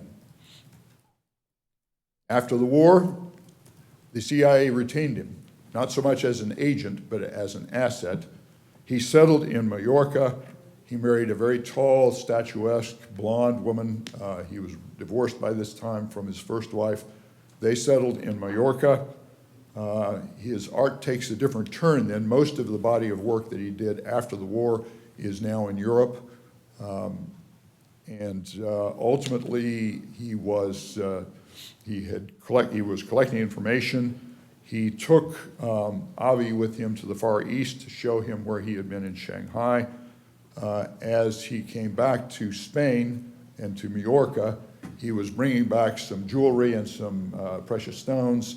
The Spanish picked him up before he could get into Majorca and arrested him and confiscated some of his jewelry and what he'd brought back. And unfortunately, in 1959, while he was in Majorca, he had a heart attack and passed away in his 50s. So he's quite a substantial individual. His legacy to us is this mural. And the statement on it is, "Our country's freedom and its people's way of life, the soldier and sailor protect." This building is at risk. It is on the William-Beaumont campus. The building was built in 1921. It is in good condition. However, it does need a new roof. And the area is going to be leased to the city for an athletics area. Some of the buildings are going to be demolished. A couple of them are going to be retained. We know now that 7167, the building that this is in, is scheduled for demolition. So we are trying to do what we can to save this mural. As you can see, it's not in great shape. It was painted on the wall, right on the plaster before the war. It has been stabilized. It is not deteriorating anymore. And it is a remarkable piece of art. And we think that as part of his legacy to us, this should somehow be saved. So there are three options here. One is to save the building and reuse it as the city takes over the lease, which easily it could be done, we think. Second of all is to move the mural. That's a substantial mission. You'd have to cut the wall up and move the wall. The Army's looked at this, and they've gotten various proposals to do it. One was from a restorer in Florida that wanted $1 million to move the whole mural to Florida and then move it back. We think it could be done for a lot less than that, and we've actually consulted with some other people. There is a suggestion that the mural will be digitized and placed on the DigiWall at the History Museum. Certainly that should be done in any case. We think that digital record is important, but then you lose the mural. You lose this piece of art, which we think is pretty important and should be seen where it is. So our position is we would like to be, as the Historical Commission, we'd like to be a consulting party. That can be done on the Integrated Cultural Resources Management Plan that Fort Bliss has in place. In addition to that, the El Paso County Historical Society is a consulting party. The Preservation Texas and others are consulting parties. So we would ask for your support so that we could ask the cultural resources people on Fort Bliss to allow the Historical Commission to be a consulting party as they move forward on what they're going to do with this piece of land. So that is my presentation. And very well done. Thank you. Valerie, any comments? You want to add, or your recommendation? The Historical Commission took a vote in September to approve the letter. It's been reviewed by the county attorney's office, and if it's the will of the court, you can sign, and your signature will accompany our board chair, Barbara Welch's signature. Excellent. Commissioner Robinson? Preservation is very important of something of this nature. But first question, sir, I have is has there been any discussion in regards to if it's feasible to, definitely don't want to demolish the building with the mural in there, so moving the mural, is it possible discussion in regards to moving to the Fort Bliss Museum? That's a very good question, sir. When I was the museum director some years ago, I offered to take it into the museum, but I was constrained by lack of funding. So someone else would have had to pay to dismantle it and move it and reinstall it in the museum. As things stand now, some of the area of the museum is being taken over by the Soldier Readiness and Resiliency Center, and there is no space, there will be no space for it now. In addition to that, the museum is planning to consolidate the non-commissioned officer museum as part of its museum in the building where the museum is now. It's building 1735 on Fort Bliss. So we've had to discard that option. It's not come to that. We still think the best option is to reuse the building, find a reuse for it, which we think could be done. You said repurpose the current building? Yes, sir. So have you discussed that in regards to cost? The cost would only be, I think the cost would amount to a new roof for the building and perhaps a little bit of work inside. The utilities are still on, the electricity's still on, the heating and cooling system still works fine, and the building otherwise is in very good shape for a 1920s building. That's the building that as you come in out the gate off of Fred Wilson? Yes, sir. Right there to the left? Right there to the left. You are correct. It's the, where you had blood services? Yes, that's right. Okay. Any idea on the cost of, if you needed to move it in case that was not an option of using the same building? Is it pretty cost restrictive to take the mural out? Your Honor, it would be, there would be some cost associated with this. Do you have an idea? No denying this. The cost could run anywhere from $250,000 to $1 million to move the mural. Yeah. It might be quite a bit less than that. We have had some people that have done this before and have given us some ideas about how it could be done. It is feasible. It could be done. It's costly. But there's a cost associated with it. Not only that, you'd have to take great care in it, and then once it is installed, you'd have to do some more restoration work on the work. Mm-hmm. I'd like to make a motion to approve. Second. Judge? Commissioner Quick question. Bettis. Just on, I appreciate the presentation, but from my understanding, this is a joint project, I guess, with the city of El Paso and EPISD. Have they been consulted at all in this process? We have talked to the city. We have talked to, and there have been some folks that have talked to EPISD. Those things are still quite fluid, I think, Commissioner. I don't know where we are with that process, to be honest with you. Okay. Commissioner Bettis? Aye. Commissioner Leon? Aye. Commissioner Stout? Aye. Commissioner Robinson? Aye. Judge Samaniego? Aye. Motion carries. Thank you very much. Appreciate the time you took. Thank you. Thank you, Valerie. Item number 11, Human Resources. Approve and authorize the stop-loss renewal rate with Aetna Life Insurance Company for stop-loss insurance coverage for the county's health and dental plan for plan year 2020. Funding is available in IS Health SPECF AG stop-loss insurance, contract number 2019-0883. Good morning, Judge, Commissioners, with the Human Resources Department. Good morning. The purpose of today's item is to seek the court's approval on the proposed Aetna stop-loss insurance renewal rate with Aetna Life Insurance Company. In 2018, the county awarded a bid to Aetna to serve as the county's third-party administrator for health and dental benefits. And included in the bid was the ability for the county to obtain stop-loss insurance. The purpose of stop-loss insurance is to protect the risk pool fund from catastrophic individual claims over $300,000. Between January and September of 2019, the county's risk pool fund has experienced 4 stop-loss claims in excess of $300,000, one claim which is over $1.5 million. The stop-loss renewal rate from Aetna maintains a $300,000 deductible without any members who would require a separate deductible.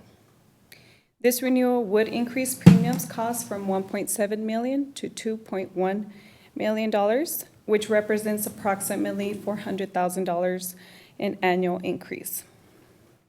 In conjunction with this renewal, Aetna will provide the county with a $100,000 dollars in fee credits, which will occur in the first quarter in plan year 2020. The stop-loss renewal has been reviewed by staff, the county's health consultant, and the county's risk pool board, which recommended for approval of the stop-loss renewal rate during their regular meeting on November 13, 2019. Does the court have any questions? Commissioners? Motion to approve? Second. Commissioner Bettis? Aye. Commissioner Leon? Aye. Commissioner Stout? Aye. Commissioner Robinson? Aye. Judge Samaniego? Aye. Motion carries. Thank you. Thank you. Item number 12, approve and adopt the attire, hygiene, and grooming policy.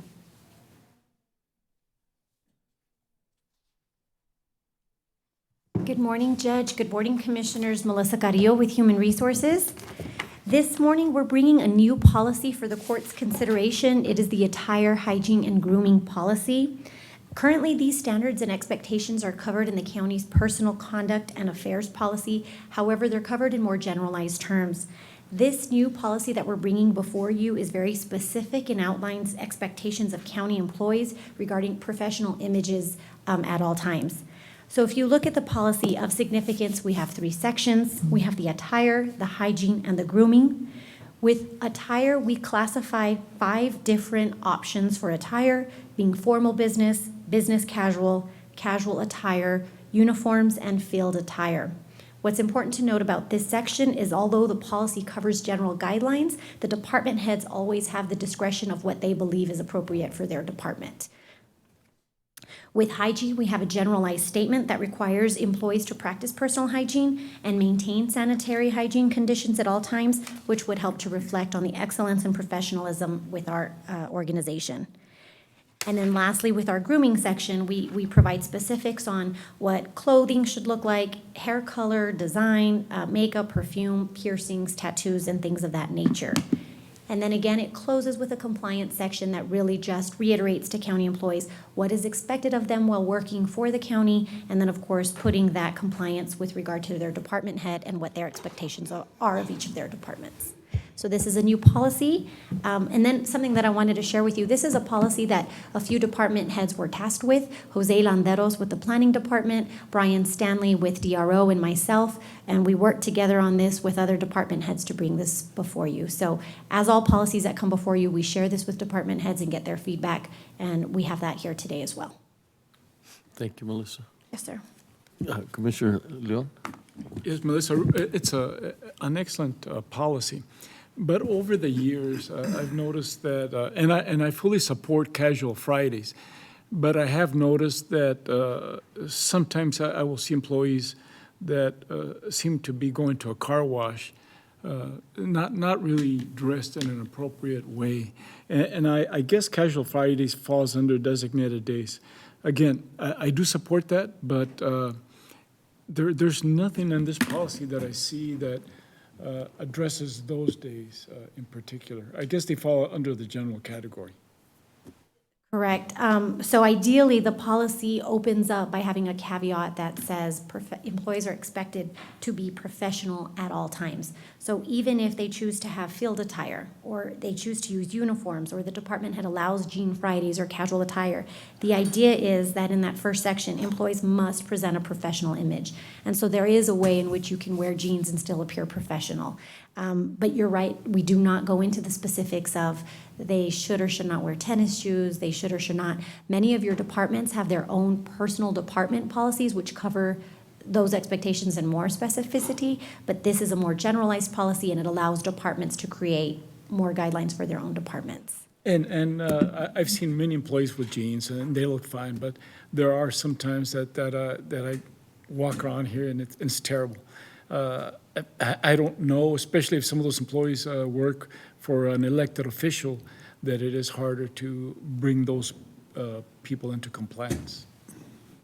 In those cases, we really do have to address on a case-by-case basis, because even if you have a policy that says no T-shirts and tennis shoes, for example, you will sometimes still have departments that allow pushing of the boundaries, and we have to just go address them specifically.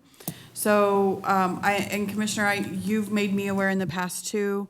Other members of the court have made me aware too when there's a concern about dress attire, and we've tried to address those on a specific case basis. But we've not succeeded. No, sir, we still have cases where departments allow it.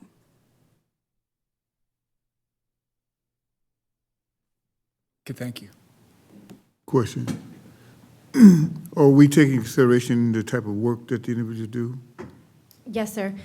Although we define what these attire functions may look like, we're very conscientious that with Public Works, they may not be dressed in formal business attire when they're out on the field, so we classify that field attire expectation. But again, we open up by saying, department heads, you know what's expected of your departments, and so you're welcome. Some departments use uniforms, so we classify them, but it's at that discretion of the department head. This is not a policy in any way to impose these classifications, if you will, just to ensure that whatever classification you so choose, keep it professional at all times. Okay.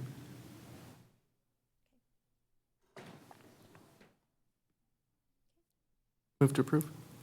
Second. Commissioner Perez? Aye. Commissioner Leon? Aye. Commissioner Stout? Aye. Commissioner Robinson? Aye. Judge Samaniego? Aye. Motion carries. Thank you all. Item number 13, approve and adopt the revisions to Appendix M Post-Retirement Employment Policy and retitle it Post-Retirement Employment Policy. Good morning, Judge and Commissioners. Michelle Cochran with the Human Resources Department.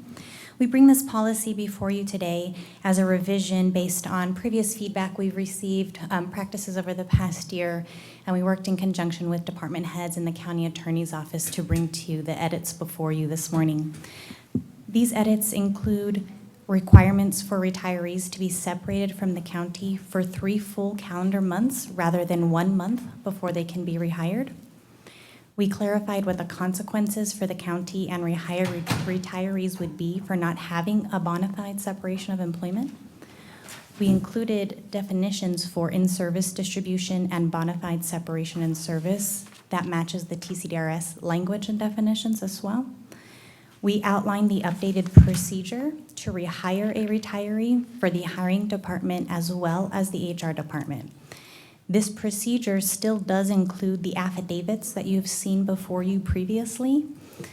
However, pardon me, and the affidavit includes the employee and the department stating there was no agreement prior to the employee's retirement to hire them, and HR will verify that the retiree is eligible for rehire based on the requirements set forth in this policy. So the affidavits will no longer come to the court's agenda for approval, but we will continue to verify them within the HR department. Betsy, any additional comments? Any? This 90-day or 3-month change was at the request of Commissioner's Court. It's not actually required by the statute, but the court discussed this concept to make it actually a bona fide separation of employment. And as they looked into it, as Michelle explained, the affidavits don't have to be on the agenda. We had just had originally initiated that procedure. Unless it's the pleasure of the court that we continue to bring them, this would be a acceptable practice. Commissioner Robinson? So this is a across-the-board policy for all? For all county employees, yes, Commissioner. Okay, so are there any exceptions there too? No, sir. We could It's an include. IRS requirement. The 1 month separation is an IRS a requirement, like Betsy said. The 3 month would be a policy of the county that, if approved today or at another time, the court would establish. If there is an exception to it, I imagine, or we could include, if you would like us to go back and edit and modify to say if there's any exceptions to this, that they be brought forward to the court. Otherwise, the recommendation today, based on feedback and events that have happened in the past, Commissioner, is that we recommend this 3 month separation in order to satisfy both the TCDRS, the IRS requirements, as well as feedback we've received previously for retirees. I understand the 1 month as far as IRS is concerned, but I'm just asking a question in regards to, you say 3 months. So what happens if you may have a critical need to fill a void? What happens in that instance? That's really actually a question, are there any exceptions there too? I'm not advocating exceptions, I'm just saying that they asked the question. Right. Good morning, Commissioner Judge Melissa Carrillo with Human Resources. And that is a good question. Just to kind of remind the court of why we started entertaining these policy changes, what we had started seeing with some retirees is, although they would retire and there were bona fide affidavits, the time period in which they would be rehired with the county often would start coming very close to where it created a perception that prearranged agreements may have been encountered. And in an effort to ensure the county doesn't lose their IRS exemption for this particular retiree benefit, we wanted to make sure that we clarified that a 3 month window seems to be most appropriate to validate that there were no previous agreements before a candidate retires and then comes back in. But to answer your question, if there was an emergency and someone wanted to hire a retiree, if it is before those 3 months, it would be outside of our policy guidelines. And so I imagine, as with any policy, we would bring that to the court to see if the court is willing to make an exception at that time. But by adoption of the policy, it would set forth the guidelines that we would adhere to and follow consistently going forward. Well, Judge, I would advocate that we put that in the policy that an exception must come to the court to that rule. And Commissioner, anytime there's an exception to a rule, it doesn't state in the rules every time that if someone wants to ask for an exception that it has to come to Commissioner's Court. But we do know that if there is a request for an exception, it has to come to Commissioner's Court. We can't grant a deviation from the rules. Well, I'm just saying I want to make sure it's in the rule, that exceptions to that 90-day, 3 month period, that they do come to the Commissioner's Court. Melissa, do you have a general clause in the personnel rules? Off the top of my head, but ideally any policy, we saw one last Monday with a different case. In the event there is an exception to the policy, we will advise in accordance with the policy, but if they still wish to pursue that change, we advise them come to Commissioner's Court, as that is within your authority to do so. So that's inherent in any policy or Correct. any exception? With any policy, it's inherent that we would do so. If there's not a general clause, which for some reason I thought there was a general clause, but if there's not, it could definitely be incorporated there. Instead of inputting it into each one of your rules, putting a general clause that an exception to any of these rules requires Commissioner's Court unless otherwise expressly. Well, somewhere I want to make sure that we do have that stipulated in all cases, not some. And I will go back. I apologize for not knowing that off the top of my head, but I'll go back and look to see if it's already expressed somewhere else. If not, let me look at some options. But I do agree with Betsy. Rather than add that caveat within each policy, we want to make sure that's the standard rule and let's apply it across the board. Overarching. I have no problem with that as long as we have it somewhere stipulated that it covers all. And once you find it, could you send that to me, please? Absolutely. If it's already covered, I will share that with the court through Betsy. Otherwise, I will come back before you to make those changes. Thank you. So we don't have to change the motion, right, Christina? Yeah. Move to approve? Second. Commissioner Bettis? Aye. Commissioner Leon has stepped out. Commissioner Stout? Aye. Commissioner Robinson? Aye. Judge Samaniego? Aye. Motion carries. Thank you. Item number 14, Budget and Finance. Approve Amendment Number 8 to the County of El Paso's 2019 through 2020 operating budget. This budgetary amendment will increase grants by $294,493, thus increasing the overall budget of $473,017,576.66 to $473,312,069.66. Good morning, Judge and Commissioners. Francisco Rios from the Office of Budget. We provided you all with the backup for today's budget amendment. Are there any questions? Commissioners? Move to approve. Second. Commissioner Bettis? Aye. Commissioner Leon? Aye. Commissioner Stout? Aye. Commissioner Robinson? Aye. Judge Samaniego? Aye. Motion carries. Want to go back to item number 9? Item number 9, Litigation, Justice, and Law Enforcement. Approve and authorize the county judge to sign the grant award modification number 5 for the West Texas Hideout Multiple Initiative Grant for the Sheriff's Office. This award modification is at no cost to the county. Contract number 2019-0925. Judge, Commissioners, this is a grant where HIDA is being awarded, or we're actually being awarded through the Sheriff's Office additional funding of $128,648. No additional matches are required with this funding. The funding is for travel, a contracted coordinator, printing and document support, training, treatment, prevention, and demand of reduction, office supplies, and then also supplies for treatment, prevention, and demand reduction. And then there's an administrative cost included as well. I would recommend, after I've reviewed all the materials in the backup, I would recommend that we accept this additional award of $128,648. Move to approve? Second. Commissioner Bettis? Aye. Commissioner Leon? Betsy, any reason why anybody from HIDA showed up? Because their letter actually thought it was going to be on December 16th's agenda. Okay. Aye. Commissioner Stout? Aye. Commissioner Robinson? Aye. Judge Samaniego? Aye. Motion carries. This now brings us to item number 15, executive session. Commissioners Court will recess into executive session to discuss items 15A through 15E pursuant to Texas Government Code Section 551.071. Commissioners Court will reconvene to take official action.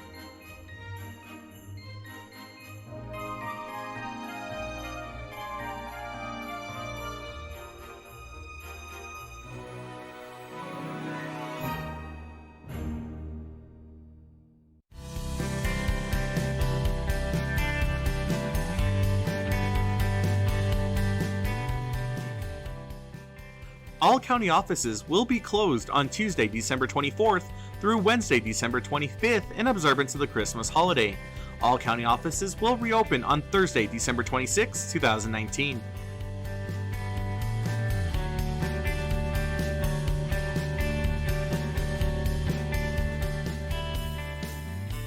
Come and celebrate the holiday tradition of lights on the lake at Escalante Park. The lights will be up the entire month of December until January 6, beginning from 6 p.m. and will be lit up 7 days a week. Follow us on Facebook at El Paso County Parks and Recreation for upcoming special holiday events happening at Lights on the Lake.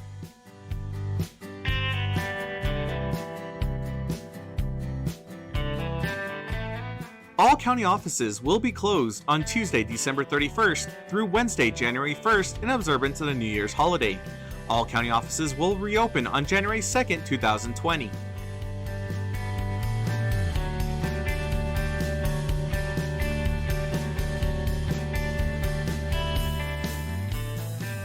The County of El Paso Public Works Department is offering sandbags at no cost or requirements to the public. The sandbags are outside of the facilities and are available 24 hours a day. The location of the county facilities are the following: the Road and Bridge Fabens Warehouse, located at 1331 North Fabens Street in Fabens, Texas, 79838. The Road and Bridge Canutillo Warehouse, located at 191 Canutillo Avenue in Canutillo, Texas, 79835. And the Road and Bridge Montana Warehouse, located at 14698 Van Lane, El Paso, Texas, 79938.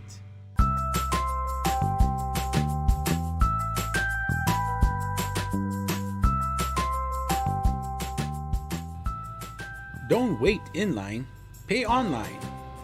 Visit the Financial Recovery Division website at http://www.epcounty.com/budget/financialrecovery.htm to make your payments online or find out more about our kiosk locations. We now accept payments on misdemeanor, felony, and justice of the peace cases.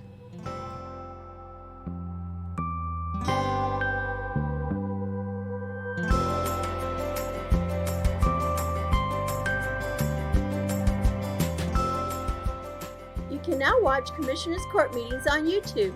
Go to youtube.com and search for El Paso County Commissioners or El Paso County, Texas. Subscribe to our channels to see our latest videos.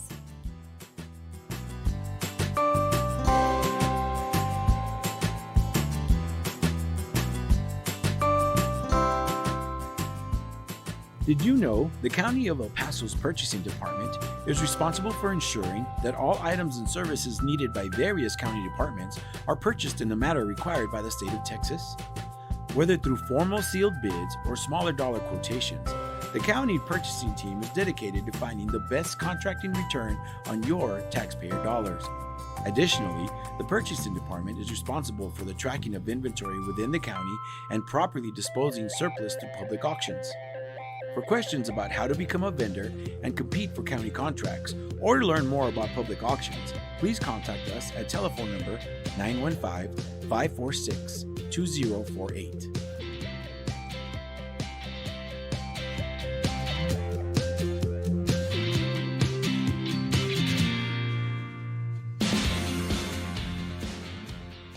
The 346th District Court Judge Angie Juarez Barrid started the El Paso Veterans Treatment Court program in 2012 for veterans and active service members that have been arrested and charged with a felony or misdemeanor criminal offense. To be considered for this specialty court, the statutory criteria includes be a veteran or current member of the United States Armed Forces, including a member of the Reserves, National Guard, or State Guard, and suffer from a brain injury, mental illness, or mental disorder, including PTSD, or be a victim of military sexual trauma, all occurring or resulting from military service.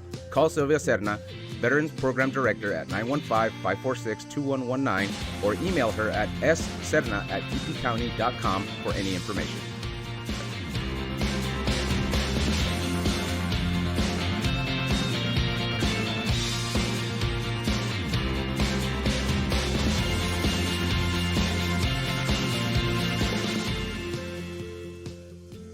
Did you know that the County of El Paso's fixed asset control and inventory disposal is handled through the purchasing department?